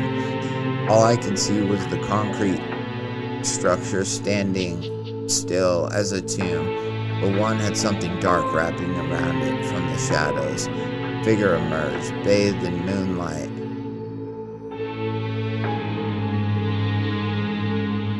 Bathed in moonlight was a nightmarish sight. Angie, or what used to be Angie. He was in a charged state of complete decay from what I could see, practically falling apart with each step. I turned to hide behind the pillar next to me, stowing the baseball bat away and arming myself with the makeshift flamethrower. My breaths were sharp and uncontrollable as I could feel its presence. I peeked around the corner to see the next move. Her body stopped moving and began to convulse. The black tendrils that had been using her body began to evacuate her into the sand, leaving her hollowed husk on the ground. I aimed my weapon at the sand as a furious burrow began to form. Just as it reached me and my heart was set to explode, it rushed right by me. I stared out to where it went. I could see where it was leaving the pier. I began to run after it. Following the freshly made path, I ducked under the low-hanging ceiling and scanned the area. There was nothing now, just undisturbed sand. Where did it go? I began to search wildly around me.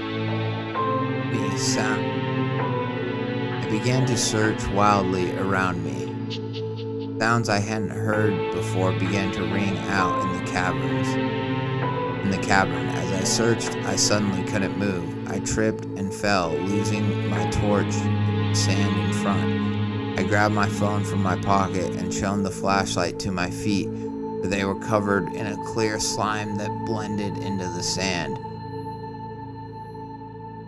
There were puddles of it all around me. This was a trap, like a fly in a spider's web. I was stuck. I could feel my legs slowly giving way to the sand, my hands dragging along the soft ground. It was then I heard yet another sound, a wet squelch. I desperately flashed my light around the pier to find its source. At the very end of the pier, painted into the corner, was a mass. This was a fleshy sack that was sprawled out along the ceiling, taking up more than a quarter of the size of the boards above it. I swung my back off and in front reached for the bat for leverage. I kicked my legs and momentarily stopped my descent, stabbing the handle of the bat into the dry sand ahead until it was firm. I pulled my feet slightly forward. I looked up to the mast to see something that made my blood run cold. It was 100 dark craters, wide and deep. They were pulsating with malice. Then it happened. They blinked at me. I furiously began pulling my legs up, finally freeing them from the sand. My shoes were hardening like concrete. I scrambled to take them off and grabbed my torch when I heard a loud boom. I flashed my light to the ceiling to see the nest was gone. Flashed my light to the ceiling to see the nest was gone. That horrible noise was back, the sour buzzing that had been violating my ears in the near distance. Something began to rise. Endless black arms began to reach the ceiling and columns, sprawling out in the sand. At the epicenter was the nest. It was triple the size of when I last saw it. It was squelched out wide, with each of its holes spitting out more dark tendrils. A scream began to crescendo inside it as I killed the light and grabbed my torch from the sand. I swung my bag over my shoulders and ran toward the ocean, feeling the ground below me quake. I looked back to see it was gone. My bare feet sprinted only to be halted by a black arm that exploded from the sand in front of me. It plastered to the boards above me, as another did the same a few yards away. I zigzagged between them as I neared the exit. A maze began to form as they got even closer to catching me. Just as I made it to the clearing, I threw my bag over the top and climbed the bed of rocks barefoot. A flooding of dark stringy webs began to consume the rocks toward me. I used the last of the Lysol spray to create a trail of flames with my torch. The burnt mess retreated back into the abyss. I could feel the rage permeating from the earth below me as it roared. Leaping as high as I could, I climbed on top of the guardrails to safety. Backing from the clearing, armed with my bat, my eyes frantically searched for any sign of the monster. Silence filled the space around me, only interrupted by the sounds of my bare feet backing away. No matter how hard I tried, I couldn't slow my heart rate down as my hands trembled on the bat.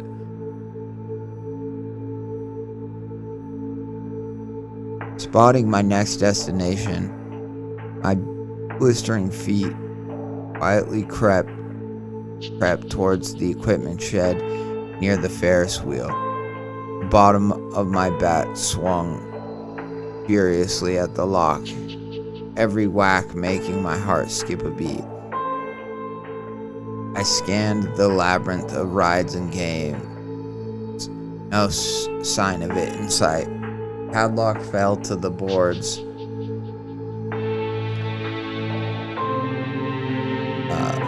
When suddenly my feet felt a wave of hot, thick air. My body froze.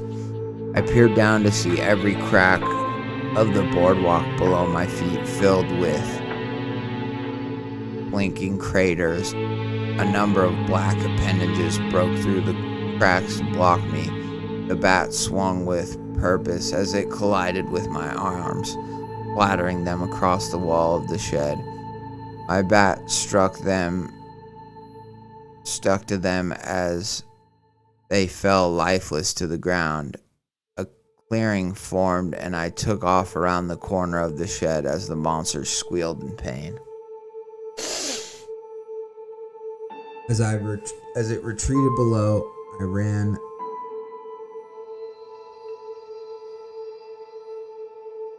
As it retreated below, I ran to the circuit box across the pier.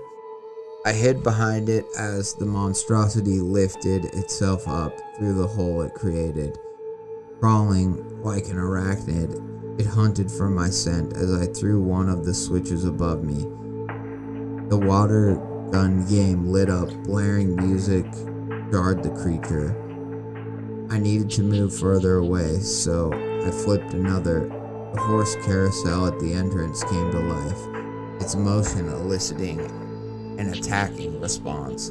I made my way to the shed as fast as I could, retrieving my bag as I frantically ran inside, twisting every knob possible open. The hiss of propane created a high-pitched symphony, only to be overpowered by the frustrated bellowing of the beast. I was out of time. I could hear the thunderous thuds in the near distance making their way back. I took my phone out and set a timer for 3. You need to set a timer for 3 minutes? Come on. I set a timer for 3 minutes and set it on the floor. I peeked out to see it wasn't yet back. Making a move, my feet swiftly rounded the corner, my body painted to the wall as I inched my way across. By the time I made it to the back, I could see the behemoth was on the prowl. I leaned down as it came closer, retrieving the contents of my bag quietly. I doused the bar rag with the bottle of grain alcohol as I stuffed it inside. I kept counting in my head. I had just passed 2 minutes. Just as I was finishing, the bottle slipped from my hands. The monster shot a look in my direction, crouching as its webbed arms and legs drug across the floor. Turning away, I kept counting. The ungodly hum was drawing closer, vibrating the ground below me as tears began to well in my eyes. 10, 9, 8, 7, 6. Biting my lip, closing my eyes, holding my breath, the bottle and torch ready in my hand. 3, 2, 1. The alarm buzzed out and I could hear the crashing bangs of the monster attacking the sound. Running faster than I ever had before in my life, I ran out in front and turned to face my demon. I lit the wick of my bomb as the creature frantically turned to see that its prey had the upper hand. It shrieked and wailed as I threw with all my might. I darted across the pier, getting as close as I could to the clearing. I could feel the wind of the explosion at my back as it detonated, sending a sonic boom throughout Paradise Point. My feet lifted off the ground as I flew forward. I rolled to the edge of the pier as my body fell free to the rocks below. Once I came to, the visage of our town's Ferris wheel in flames greeted my eyes. My body ached with resonating pains. I drug myself up to begin making my way home. I limped as fast as I could and kept the shadows below the boardwalk until I reached my destination. Tommy was outside Mick smoking a cigarette as he gazed astonished at the burning sky. I snuck into the motel and stole his laptop. They'll have to forgive me later. Sirens began to ring out around me as I kept to backyards and alleyways before I finally made it home. I staggered across the front door, hardly astonished at the wreckage of this house. I reached into the freezer for a bottle of blackberry brandy. Somehow I managed to get through this night sober, but that was about to change. I looked down the hall to see the destruction of my basement door and the furniture I used to barricade it. It looked like the attic was the only option I had. Each step up the ladder was painful labor as I made my way. I took heavy boxes of toys and clothing to block the entrance. Thankfully, Tommy kept his laptop charged at all times. This was going to be a lot. I've been up here for hours. At least I'm spending this time surrounded by the memories that have been collecting dust. I can still hear the myriad of sirens wailing in the distance. The small vent up here is giving me a glimpse of the birth of a new sun rising. The dawning sky being clouded by smoke rolling off the Ferris wheel. I was rarely ever awake to see sunrises around here. They truly are beautiful. I did what I had to do. And now you know the terrible truth. I don't even know if I was successful. I do know I did what I thought was right. I'd hate to hurt the flow of revenue for this town more than I already have, but I strongly suggest visiting elsewhere next summer. If I had just accepted your love and help, I wouldn't be in this mess. I wasn't the only person who lost someone. My pain wasn't more important than yours. I was selfish, I was angry. I needed someone to blame and I took it out on you. None of this was your fault and I'm sorry. I love you. To Angie's parents, as unbelievable as this story is, I promise you until my dying breath, it's the truth. Your daughter had the misfortune of crossing my path, and I'm sorry. I would give anything to trade places and give her back to you. The Paradise Point. I would imagine I'm not welcome back, as much as it pains me to have set fire to an effigy of anybody's memory. I promise you there are worse things in this life. You can choose to believe me, you can twist this story into paranoid delusions of a local drunk. I really don't care. Whatever you choose to do, I implore it to be this: don't go under the boardwalk. Well, now would be as good a time as any for a drink. Probably going to be my last for a long time. Might be for the best, right? Here's to you. If you made it this far, maybe you believe me. Here's to the monster trying to eat us all from the inside out. God, I'm gagging. Why the hell was this warm? Pulled it from the freezer, didn't I?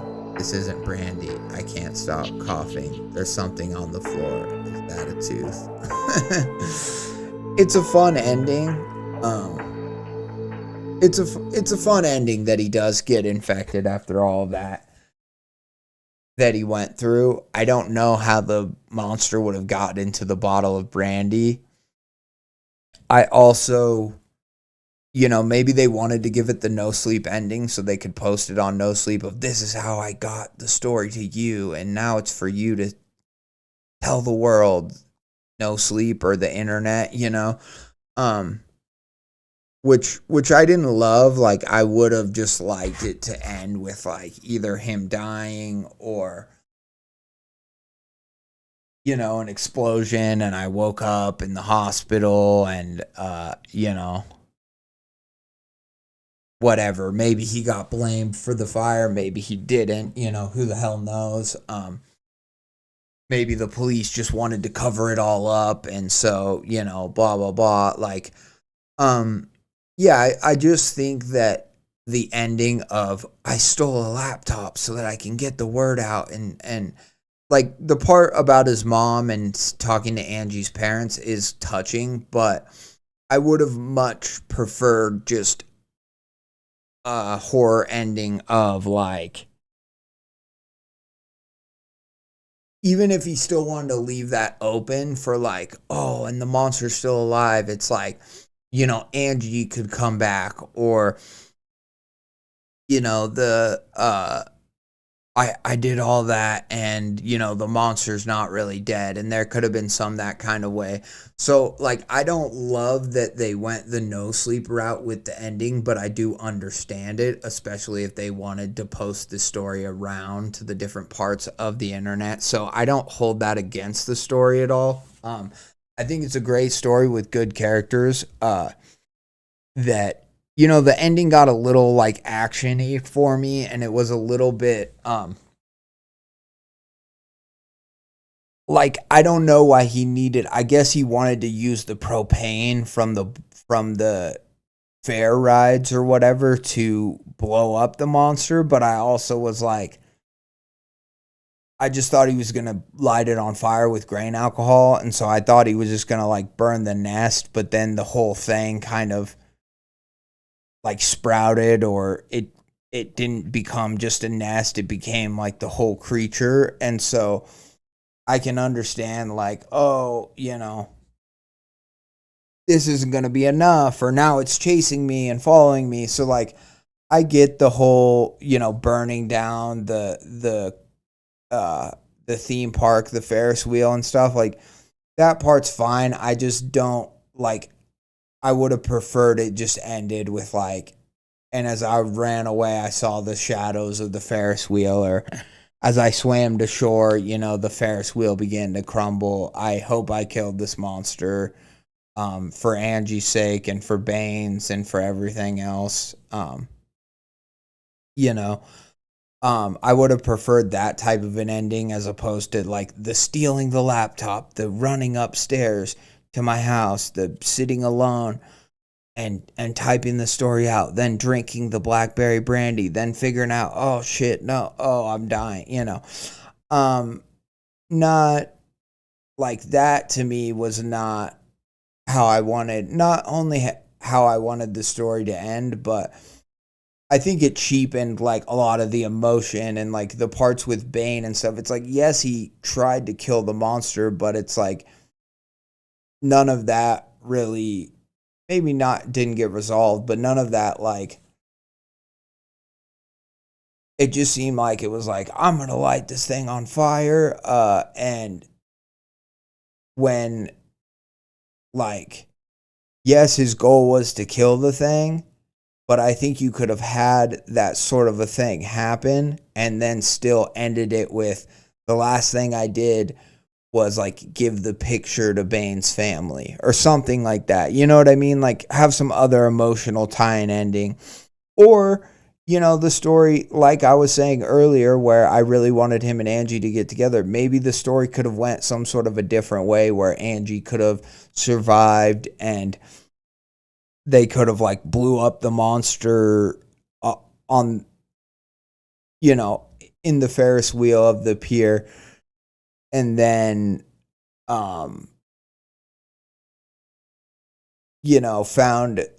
some sort of a way to, let Bane's family know that he didn't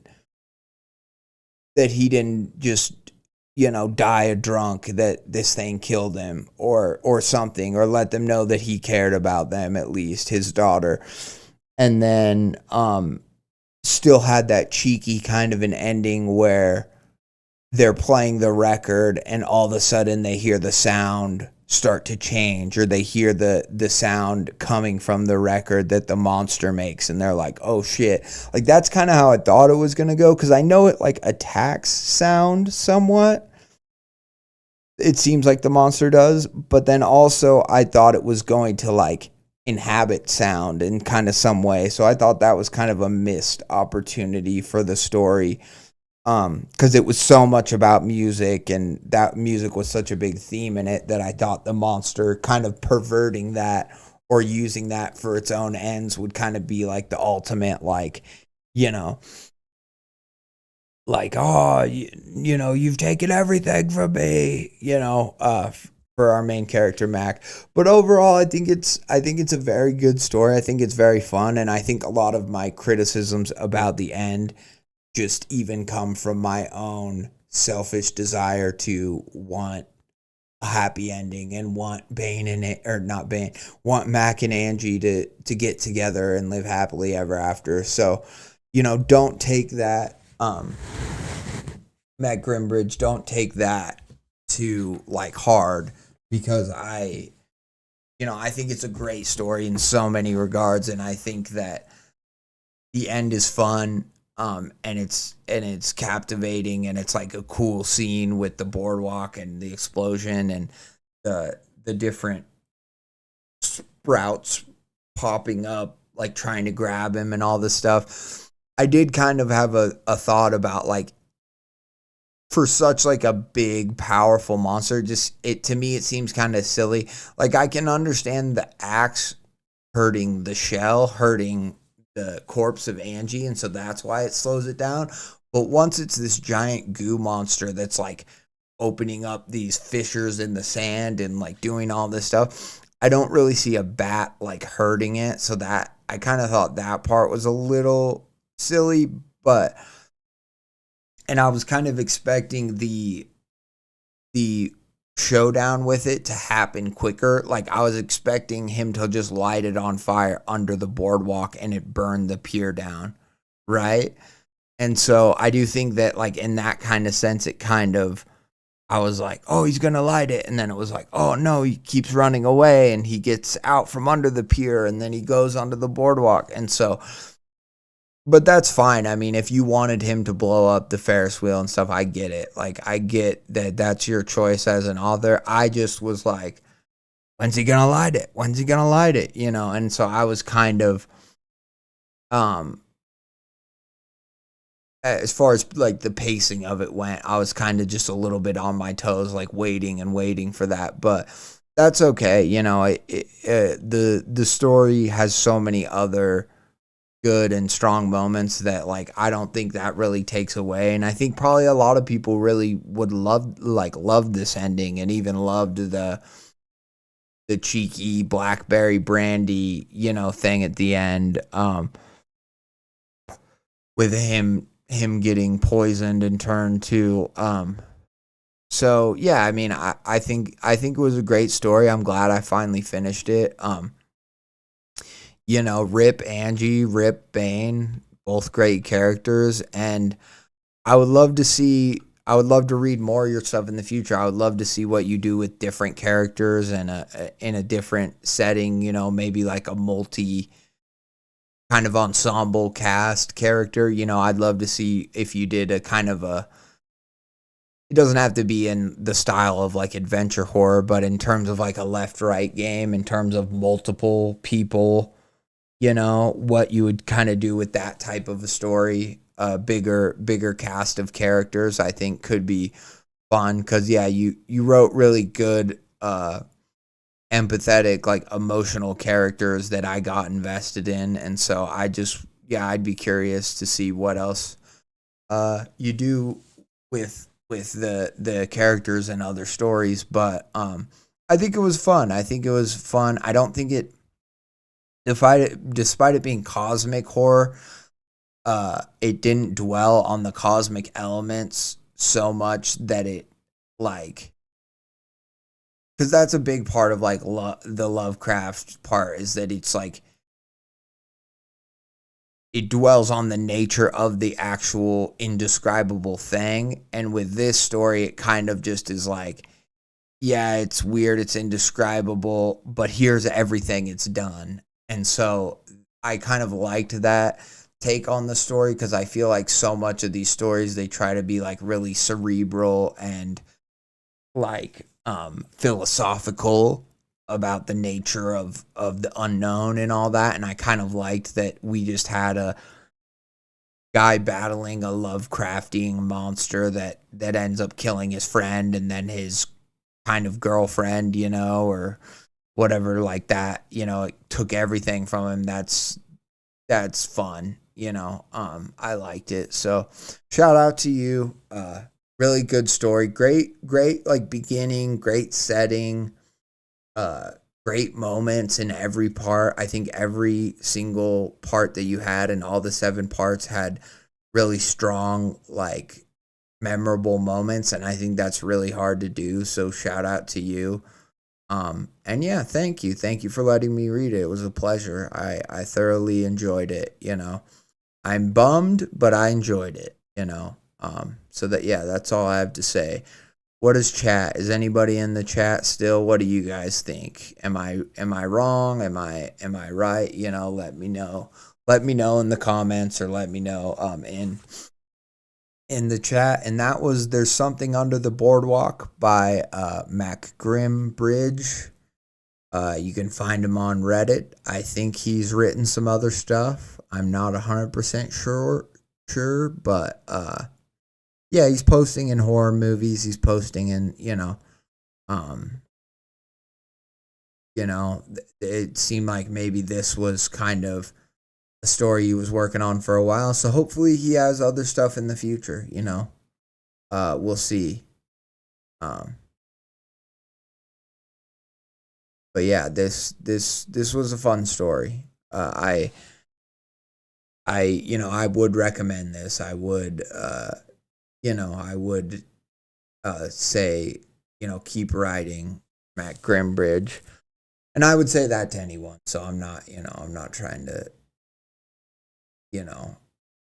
be nice to them and then say, if I don't, I say that to everyone who writes these stories, but I think that you have a lot of talent, and you clearly have a lot of like musical, like encyclopedic, almost kind of musical knowledge that I think is like a really good asset as a writer, and it can add a lot of character to a story. And I think continuing to find ways to use that in other stories or other horror stories can be really useful. And just keep making cool shit for us to read. I wanna read the next one. Like I said, I want characters like Mac and Angie to have a second birth, or I want the alternate ending where they end up together and it's a happy ending, I'd be totally down for that. So, all right. Well, let's get into, I think, actually, you said you wanted me to do that last. So I think we're going to get into grandmother's house, but I'm going to go to the bathroom. So I will be right back. And yeah, I think maybe we will play some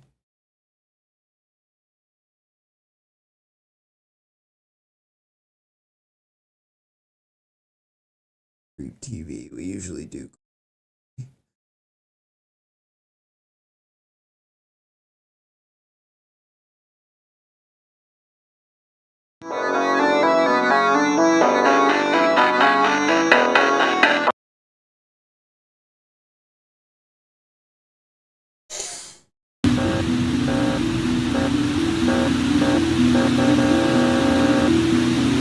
Protected person, but just like the black bar of the eyes. He showed a full picture of the dad, but we cannot let people know the identity of this baby. The baby was being flung 50 miles an hour on an industrial fan in the ceiling. The Conservator's car was found 12 days later by the ocean side. Ooh, I always love shit like this, dude. Weird, family drowning type deal. Always horrifying. That looming feeling of like what drove the parents to do something like that. In the car, the police found a painting titled Long-Necked Angel. Angel was indeed the name of the youngest daughter found in the attic. Long-Neck Angel. Okay. I almost have a feeling we have to blur that. That is a phallic-looking painting. All right? Oh, that's what you got out of it. Look at it. Look at that right there. It's a neck. It was hanging. It stretched the neck. It throws up from the top of its head. No, okay. The search would lead to an old lighthouse standing just a few miles away from the abandoned car. The lighthouse hadn't been used for several years. Ooh, I like how it's barely on the door in the lighthouse. Abstract face was painted in red. Is it the same face? Has to be the same face. Ooh. Spooky. Inside, the charred corpse of a missing teenager named Daniel Williams was found. Police later proceeded into the tunnels under the lighthouse.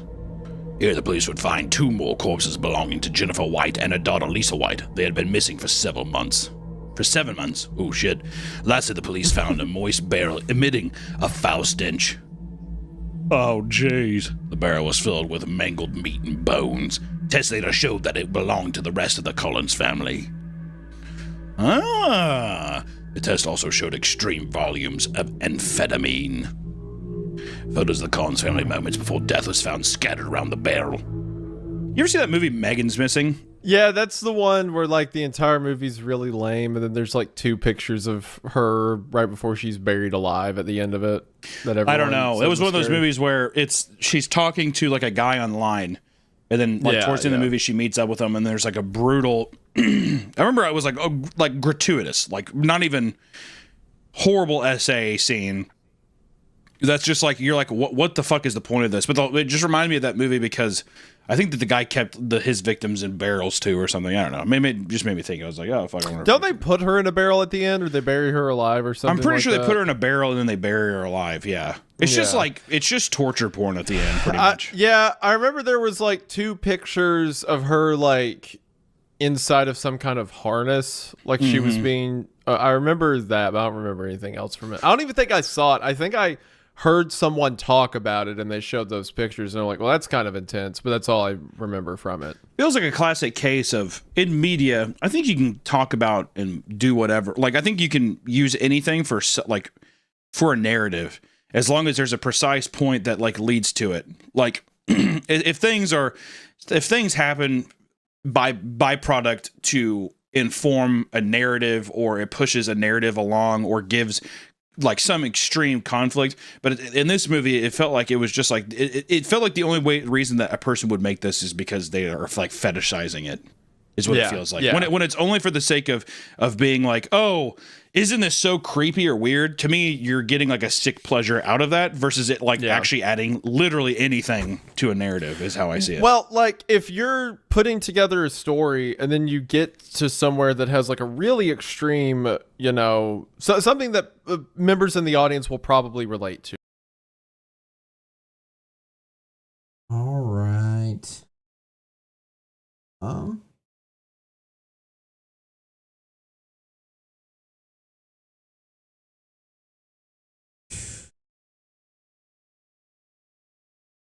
All right. Well, we're going to at least start Grandma's house and maybe get into the day the statue left too. I just don't know how long this is going to go. Like, I don't know. I only have seen this post of grandmother's house. So, like for all we know, this could be like multi-part, really long thing. And if that's the case, then who knows how much we'll get into, but we're at least going to start. And I'm just going to play this ARG, this, choose your own adventure horror story game. I'm just going to play it as myself. I'm going to try to do, anything I would do, even despite knowing the fact that we're in a horror story. I'm going to just play it straight. If it gives me the option to run away, I'm going to probably run away, stuff like that. So, but let's get started. This will be fun. I'm excited. This is a very cool concept, and I've heard of people talking about stuff like this before, wanting to do something like this, but I haven't seen it done just on Reddit. So I'm excited to give it a shot. You hear a subtle tick, tick, tick of your this is grandmother's house. Sorry, by E.W. Byers 2233. Here, let's start our horror playlist for this one. Let's see what we got. Hopefully we're not going to get any like crazy ad.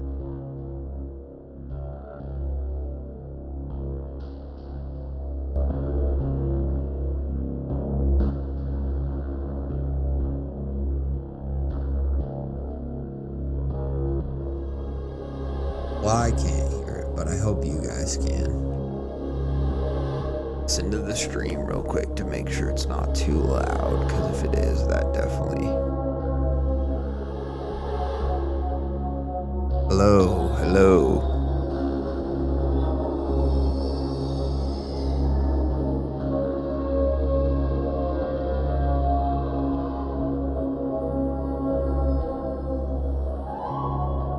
Alright. We will go in and turn it down slightly here. Maybe that'll turn it down for you guys, maybe it won't.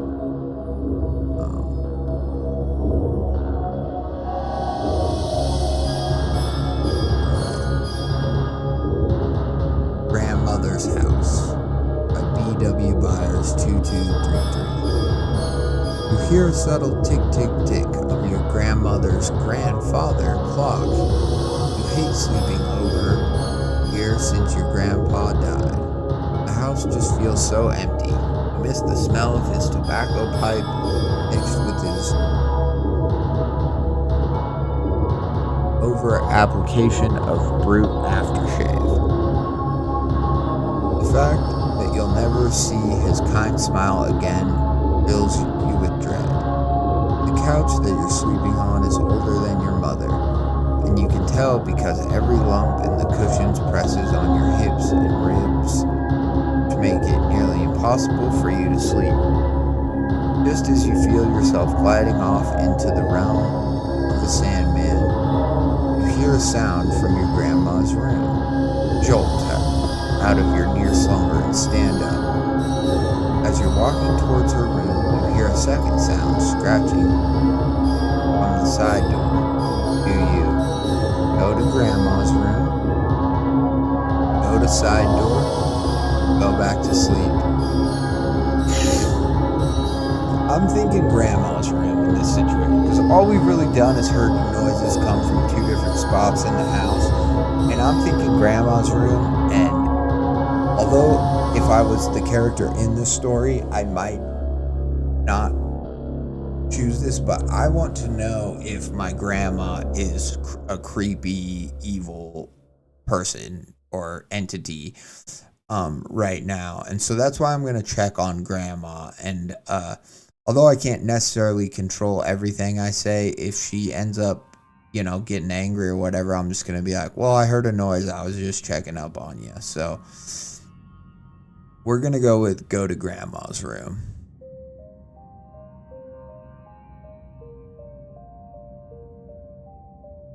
Every floorboard creaks with every step you take. The only theory you have as to what the sound could be is maybe your grandma is shuffling around looking for something, although you find it hard to believe since she hasn't turned any lights on. As you approach her door, you feel a draft blowing from underneath. You twist the doorknob and slowly open it up to take a peek. In the silence of the house, the hinges sound like they're practically screaming. You see that her bedroom window is wide open, her sheer curtains fluttering in the gentle breeze. Then you see your grandma peacefully sleeping in her bed. Maybe she went back to bed, but you think to yourself, maybe she went back to bed, you think to yourself. You go to close the door and you notice your grandma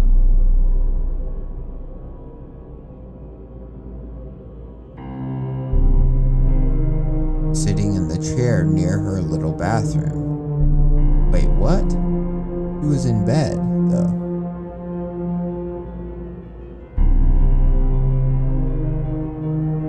Go to close the door and you notice your grandma sitting in the chair near her little bathroom. Her neck has been slashed and there's a dark wet puddle underneath the chair that you can only assume is blood. Take a closer look at the person in your grandma's bed and you realize they are far too broad to be your grandma. Do you fight? Run? The only thing that gives me pause here, and obviously I would run, but the only reason person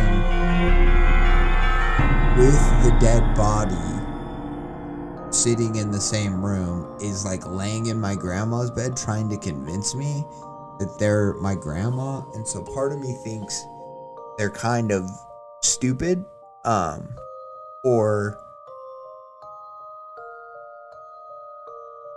you know, at least not like, I don't know. Part of me is just like, maybe it's better to confront this thing. I mean, I see my grandma with her throat slit literally right next to this thing from what it sounds like. I mean, it doesn't even say I go into the bathroom. It just says,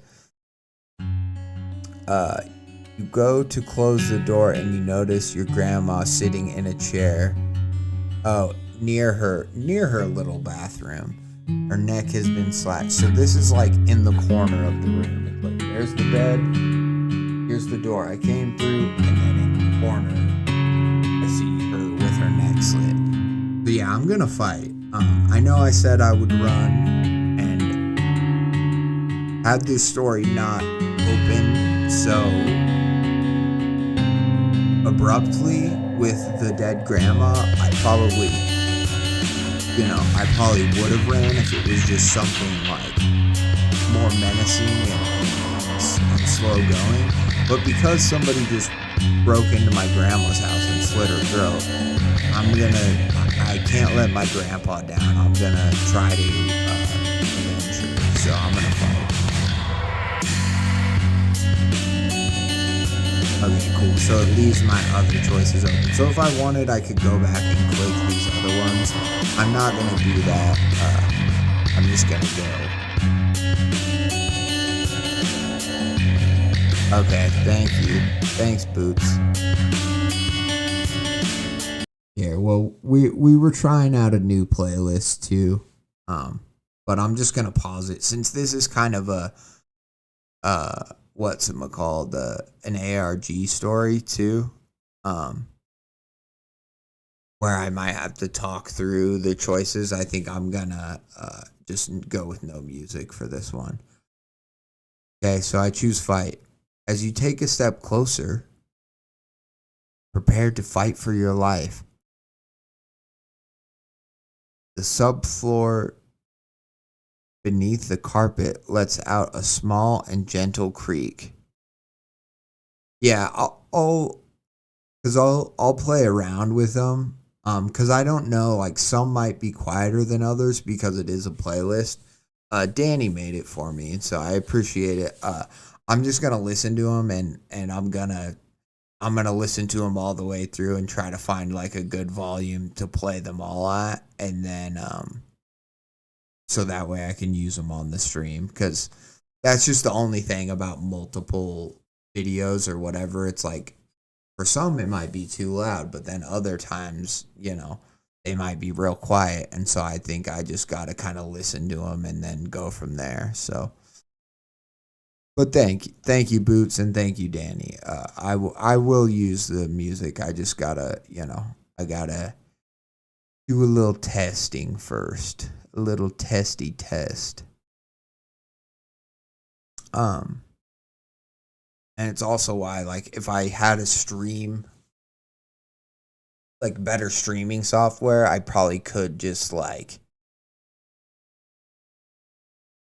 have some sort of compressor on it to where even if it's a loud track, it'll just make it quiet or whatever. But yeah, I just, can't afford streaming software, and I don't know how to fully do all that. So, prepare to fight for your life. The subfloor beneath the carpet lets out a small and gentle creak. The figure in the bed twitches slightly, but they're still facing away from you. Catch yourself, hold your breath, and take another step. Once you're almost on top of the figure, about to lunge, they turn and swoop on you. I guess, like, grab you is what that means. I was like, what is swoop on you?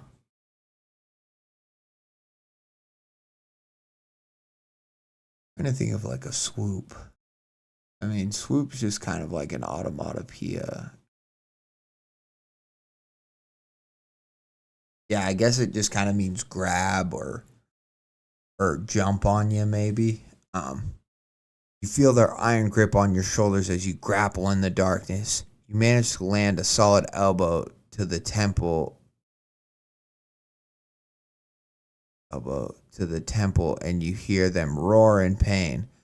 The roar feels strangely familiar, as though you've heard it before. You don't have time. Oh my God, is it my grandpa? No. You don't have time to process the thought before they toss you up against the bedroom window, causing the curtains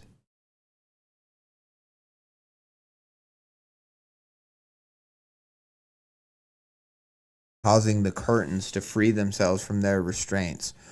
Moonlight cascades into the room, filling it with soft, silvery glow.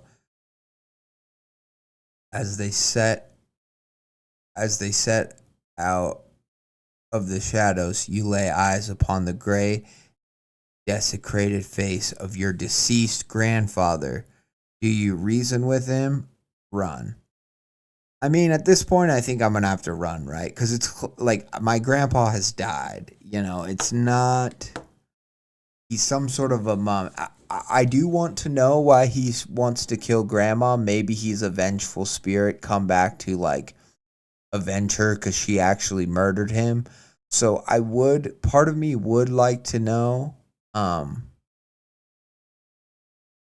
why my grandpa, who I loved, has apparently now has come back from the dead to kill my grandmother. I would like to know that.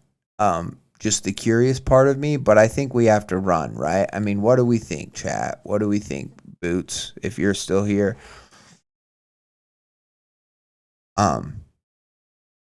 Do we reason with him? Do we run?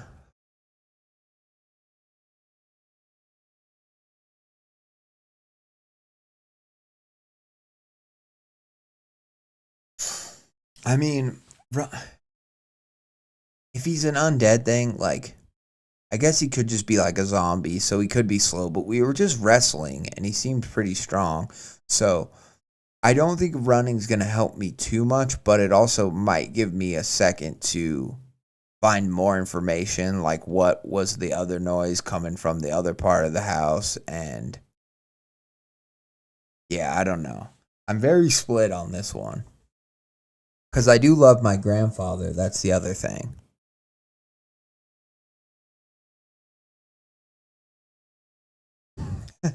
Okay. Well, if I'm your audio for sleep, then I'll just choose. I'm gonna choose run. You decide. Should I whisper? Should I be more chill with my voice? Since you're trying to sleep, decide to make a break for it. With a speed that you've never conjured before, you race out of there. You make a quick pit stop at the couch for your car keys and then barrel out the door. Jump into the driver's seat of your vehicle, start her up, and skid out of there like a bat out of hell. You take one last look in your rear view mirror as you see a figure standing in your grandma's picture window in the living room. It gives you a gentle wave as the house leaves your sight. By the time you get home, the sun has risen, your nerves have calmed a bit, but the tragedy of last night's horrors have finally squeezed their way past the adrenaline, and you begin to weep. You sit in your car for a few minutes before finally going inside. You lay down to take a well-deserved nap, but just before you fall asleep, you hear, "Open up, this is the police." Dread fills you as it all comes together.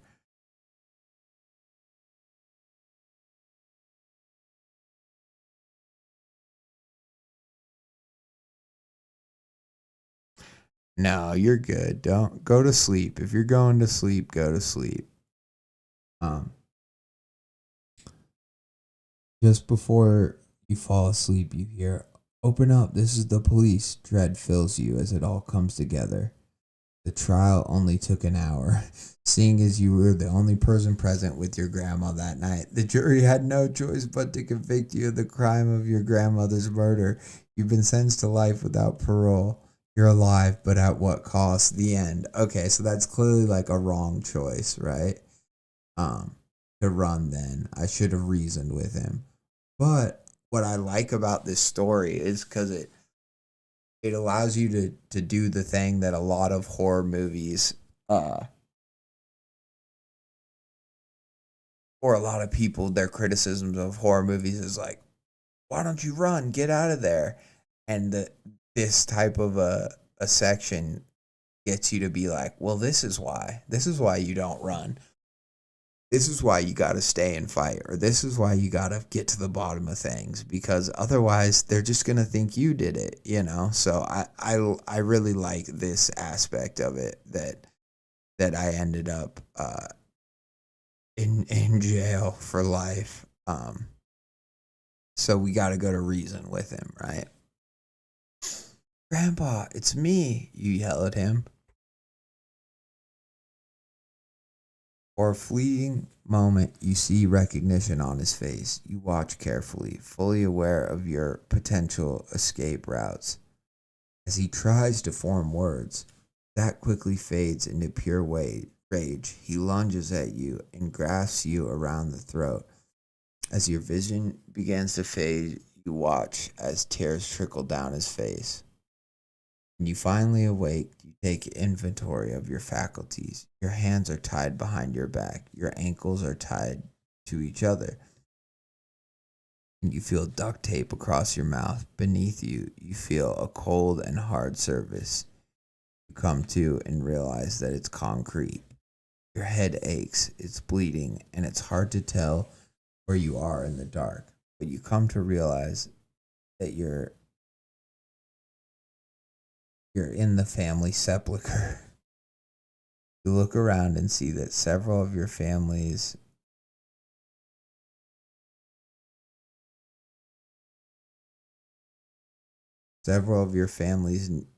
niches have been burst through from the inside and are now empty.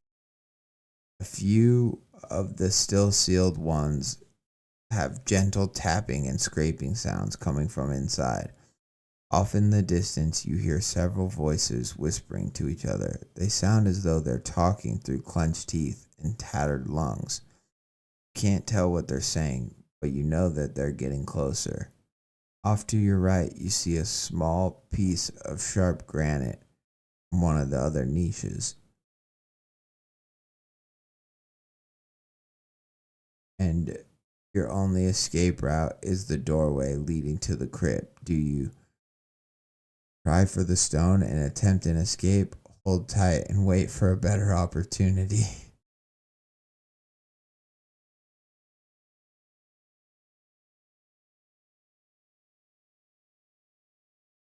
The wrong choice was to run. Grandpa wasn't the wrong choice, but the wrong choice was to run. So now I had to reason with Grandpa, but he tied me up, and now I'm in the crypt, so to speak, of the family. So I mean, I think I have to try for the stone and attempt to escape, but I'm gonna end up going to the crypt where they're all at, so I'm gonna investigate. Awkwardly fumble towards the stone. Every scrape and sound you make, your heart skips a beat and you hold your breath. After a few minutes, you manage to get close enough to the stone. You slowly roll over and grasp the stone in your numbing hands and begin gently sawing through the tape that binds you.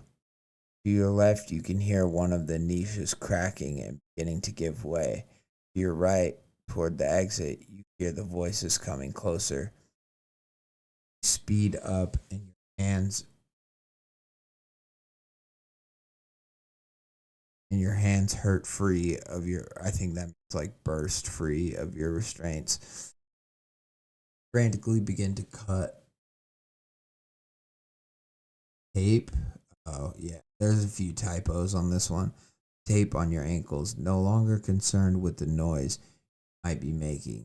Just as you cut through your ankle restraints, granite your left burst forth and the tiny body of a premature stillborn sister that had been placed to rest when you were only a child. Oh my God. At first, you were almost relieved that it was just a baby. She's only the size of your father's hand when she was extracted, but it quickly began skittering toward you on all fours. The shrieks of the babe and baby screams that came from your sister's mouth pushed you into fight or flight. Do you fight? I definitely fight. I definitely fucking punt that baby. Right?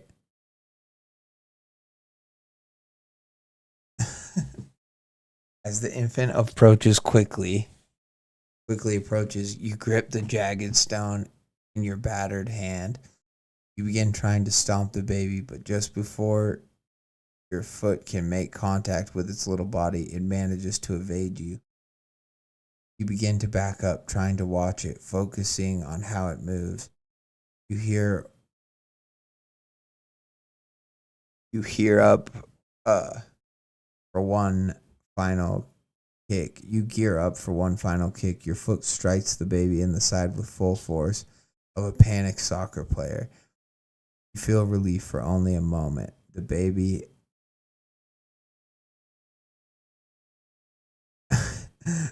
had not gone flying across the room. The baby was holding on to your foot with all its appendages. You lock eyes with the baby, and suddenly it begins crawling up your leg. You begin swatting at it in a last-ditch effort to free yourself, but it's no use. With its little hands and little mouth, it begins to bore its way into the meat of your thigh. In agony, feel it making its way through your thigh, into your pelvis, and up into your torso. You feel the little beast eating its way through your digestive tract and into your rib cage. For a brief moment it paused. You lift your head off of the concrete and stare down onto your chest. Pain and agony is all you feel as you see your ribs begin to push against your skin. You watch as the little finger pokes through your skin and shirt. The last thing you see is the bloodied face of your tiny sister emerging from your chest cavity. The end. Okay, let's see. Flight. If we run from the baby, what happens? Oh, we get the end there too, so that might be all that's in there. So now here, I want to go back to you hold tight and wait for a better opportunity. Okay, so this is the end. There's a few different ends, but you decide it's in your best interest to hold tight. Who knows what might happen if you try to escape? There's no certainty that you even have enough time. You hear voices approach. The voices become more clear with every shambling step. As they walk into the crypt, you see the face of your late grandfather. The dread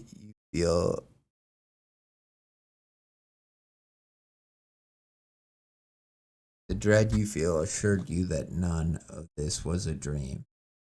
In the relative calm compared to when you first saw him, you see his face clearly. Jaw hangs slack on his face. His gray paper-thin skin hangs from his cheekbones like sheer curtains on dilapidated windows. His yellow teeth are barely concealed behind his shredded lips. There, he says in a whisper. As he approaches you, you realize too late that your chance to escape will never come. You're stuck. Grandfather closes the gap between you. What at first you perceived to be a smile, you now see is a maw ready to tear into your flesh. Tears pour down your face as the decayed teeth break through your flesh deep into the veins. Now you roam amongst the ranks of the dead. A piece of you still clings to your humanity, but your body heeds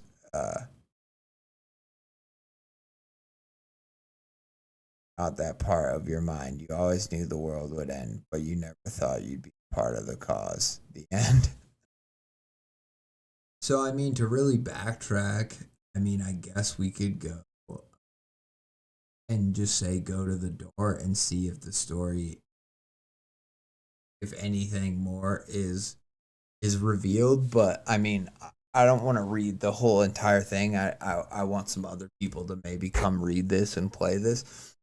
But this is fun. It is a little short, but I imagine with all the different parts and choices in there, it actually ends up being like quite a significant story when every part is played out to the end. I am wondering if, because here's my thing, if these two options of once you're in the crypt end up in death and your family members eating you, I do wonder if there's some other options that end with you living. Like, is there an option where you can figure out what's going on and like live to tell the tale and be free? Or is the best outcome you can hope for life in prison, you know? Because I got that one. That was the first one I got. So, very fun, a little fucked up, like in terms of actually, you know, like it seems like with a horror game, it seems like it's a horror game that's not winnable, which is fine. You know, I get that. There's plenty of games where, you know, you maybe don't die at the end, but it's like, you know, it's not a good, the horrible shit still happens. You know what I mean? And so, I think this is fun. I think that the best sort of part is the creepy baby sister crawling, you know, stillborn, preemie baby crawling through your body and bursting out of your chest alien style. That's just super fun. And I could see the alien reference coming as soon as it was like up to the chest, you know. But yeah, I think that that this is a fun way if you have a lot of little like horror vignettes or little kind of ideas, you know, maybe build a horror ARG story. Maybe, you know, do something like this where you can have the creepy little baby sister in the crypt and the grandpa who slits grandma's throat upstairs. And then maybe there's something else too. Maybe if you choose to go to the other door, the side door, maybe some shit happens outside. Maybe there's a Wendigo outside or something. We don't know. But I think it's a good way to kind of try a lot of different things really quickly, and maybe not in a full story because it's different than just a, you know, a complete cohesive story where there's like a character who makes choices and lives with the consequences of that. This is a little bit different. But if you have a lot of brief little ideas that you want to try, I say put them in a you know, choose your own adventure horror story game like this, because I think that it's fun, and I think that like this idea, when done in a more whatever, when continued or made into a longer story, could be really interesting. And I'd be interested to see like with some other ideas of maybe you're a character in a setting, right? It's not like you're not just, well, you're a character in a setting in this, but I mean like maybe it's like, you know, you're like an Indiana Jones type character where you're like exploring like a crypt or an ancient pyramid. So you have a Lee Cronin's The Mummy, you know, you know, I don't think that applies that much, but I'm saying you have like a situation where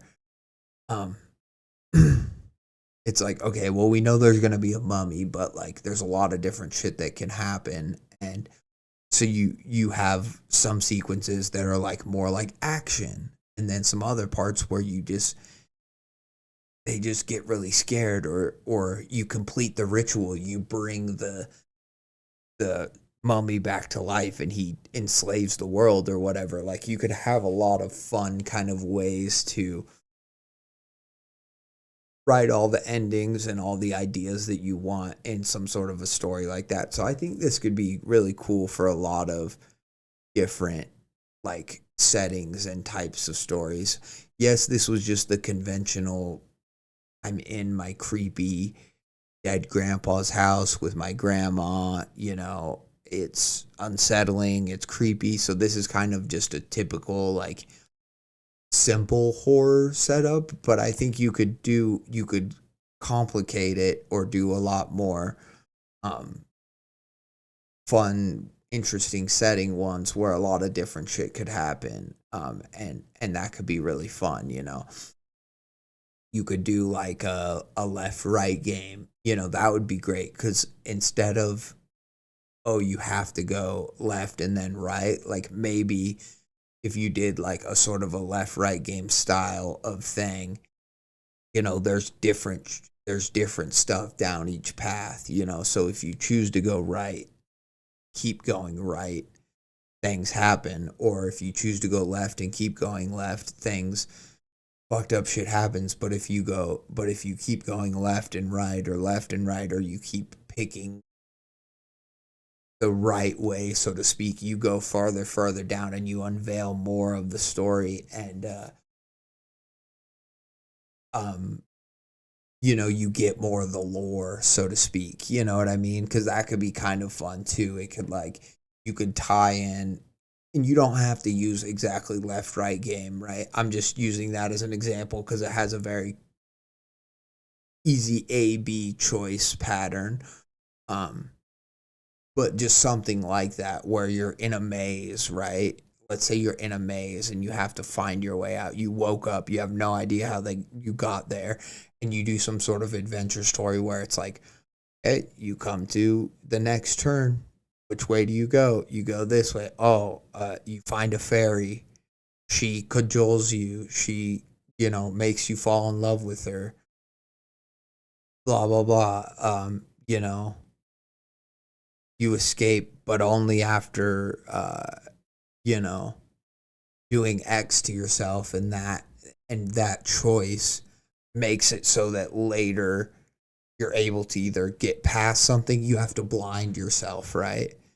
But then that choice of like blinding yourself makes you less susceptible to other monsters down the road or something like that. I think that's such a fun way to, yeah, just do a lot of cool shit, right? Just have a lot of different horror concepts crammed in kind of one.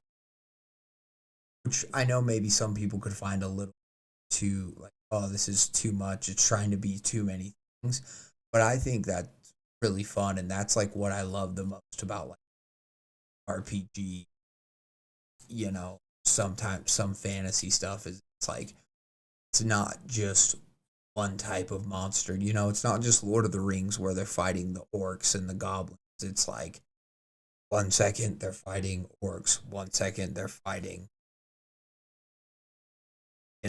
goat people, fucking some other weird troll, whatever creature. And they fight those in Lord of the Rings too. I'm not saying they don't, but it's like, that's what I love about these kind of wider worlds. And I feel like you could do a wider world. It's kind of like how Point Pine was, where Point Pine, we just heard that episode where they had kind of the more serious ones, and then did a lot of like weird ones too with the teddy bears and the popcorn, and then there's the parade ones. But if you kind of worked in a choose your own adventure style of that story, like you just woke up in Point Pine and you have to make choices and see how they turn out in this really fucked up kind of,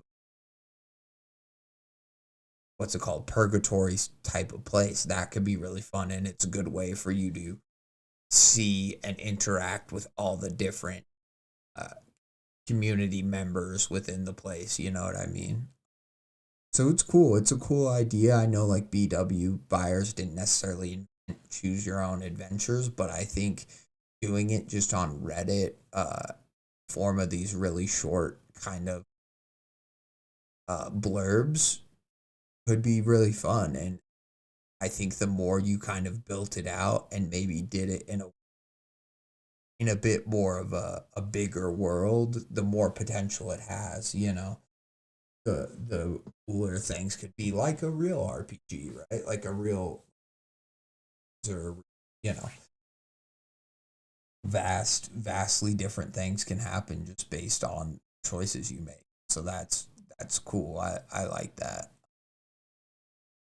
And yeah, I think that's all I'm gonna do with it. I don't want to sit there and read and do every single choice because I do want people to explore it for themselves, and maybe there's an ending that you can get that I didn't get. And it's like, oh, a surprise. So I want that surprise to kind of still exist. But very cool, BW. Fires, thank you. That's a great one. Danny, I don't think you're still here. You're being quiet in the chat, but I think I'm gonna save your story for next time. I hear my voice getting kind of raspy. I know Boots, I know you were trying to go to bed, or not trying to go to bed, you were listening to me fall asleep, which I appreciate. You know, I like our sleepers, people who listen to me to go to sleep. I appreciate that, but I think I'm gonna call it a night.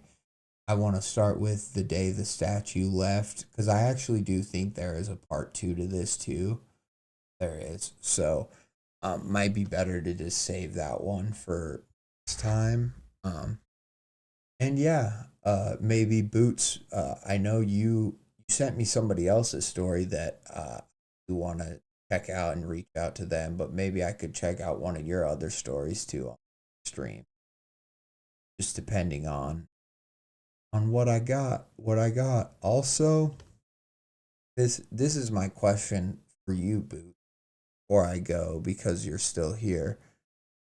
Devil's Den Part 1. There are 25 parts. This is a story that was posted on my post for calling for stories. Do I read it one of these times, and do I just read part 1, or do I have to read, if it's a 25 part story, do I have to read it 5 parts, 10 parts? What do you think is a fair shake for a 25 part story? From what I can tell, I mean, parts, they're not super long, but they're not nothing. All right, catch you later, Boots. I think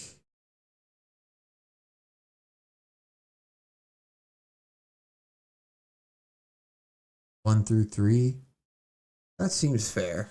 I think 1 through 3 is probably enough to at least get the tone of the story and maybe about but yeah.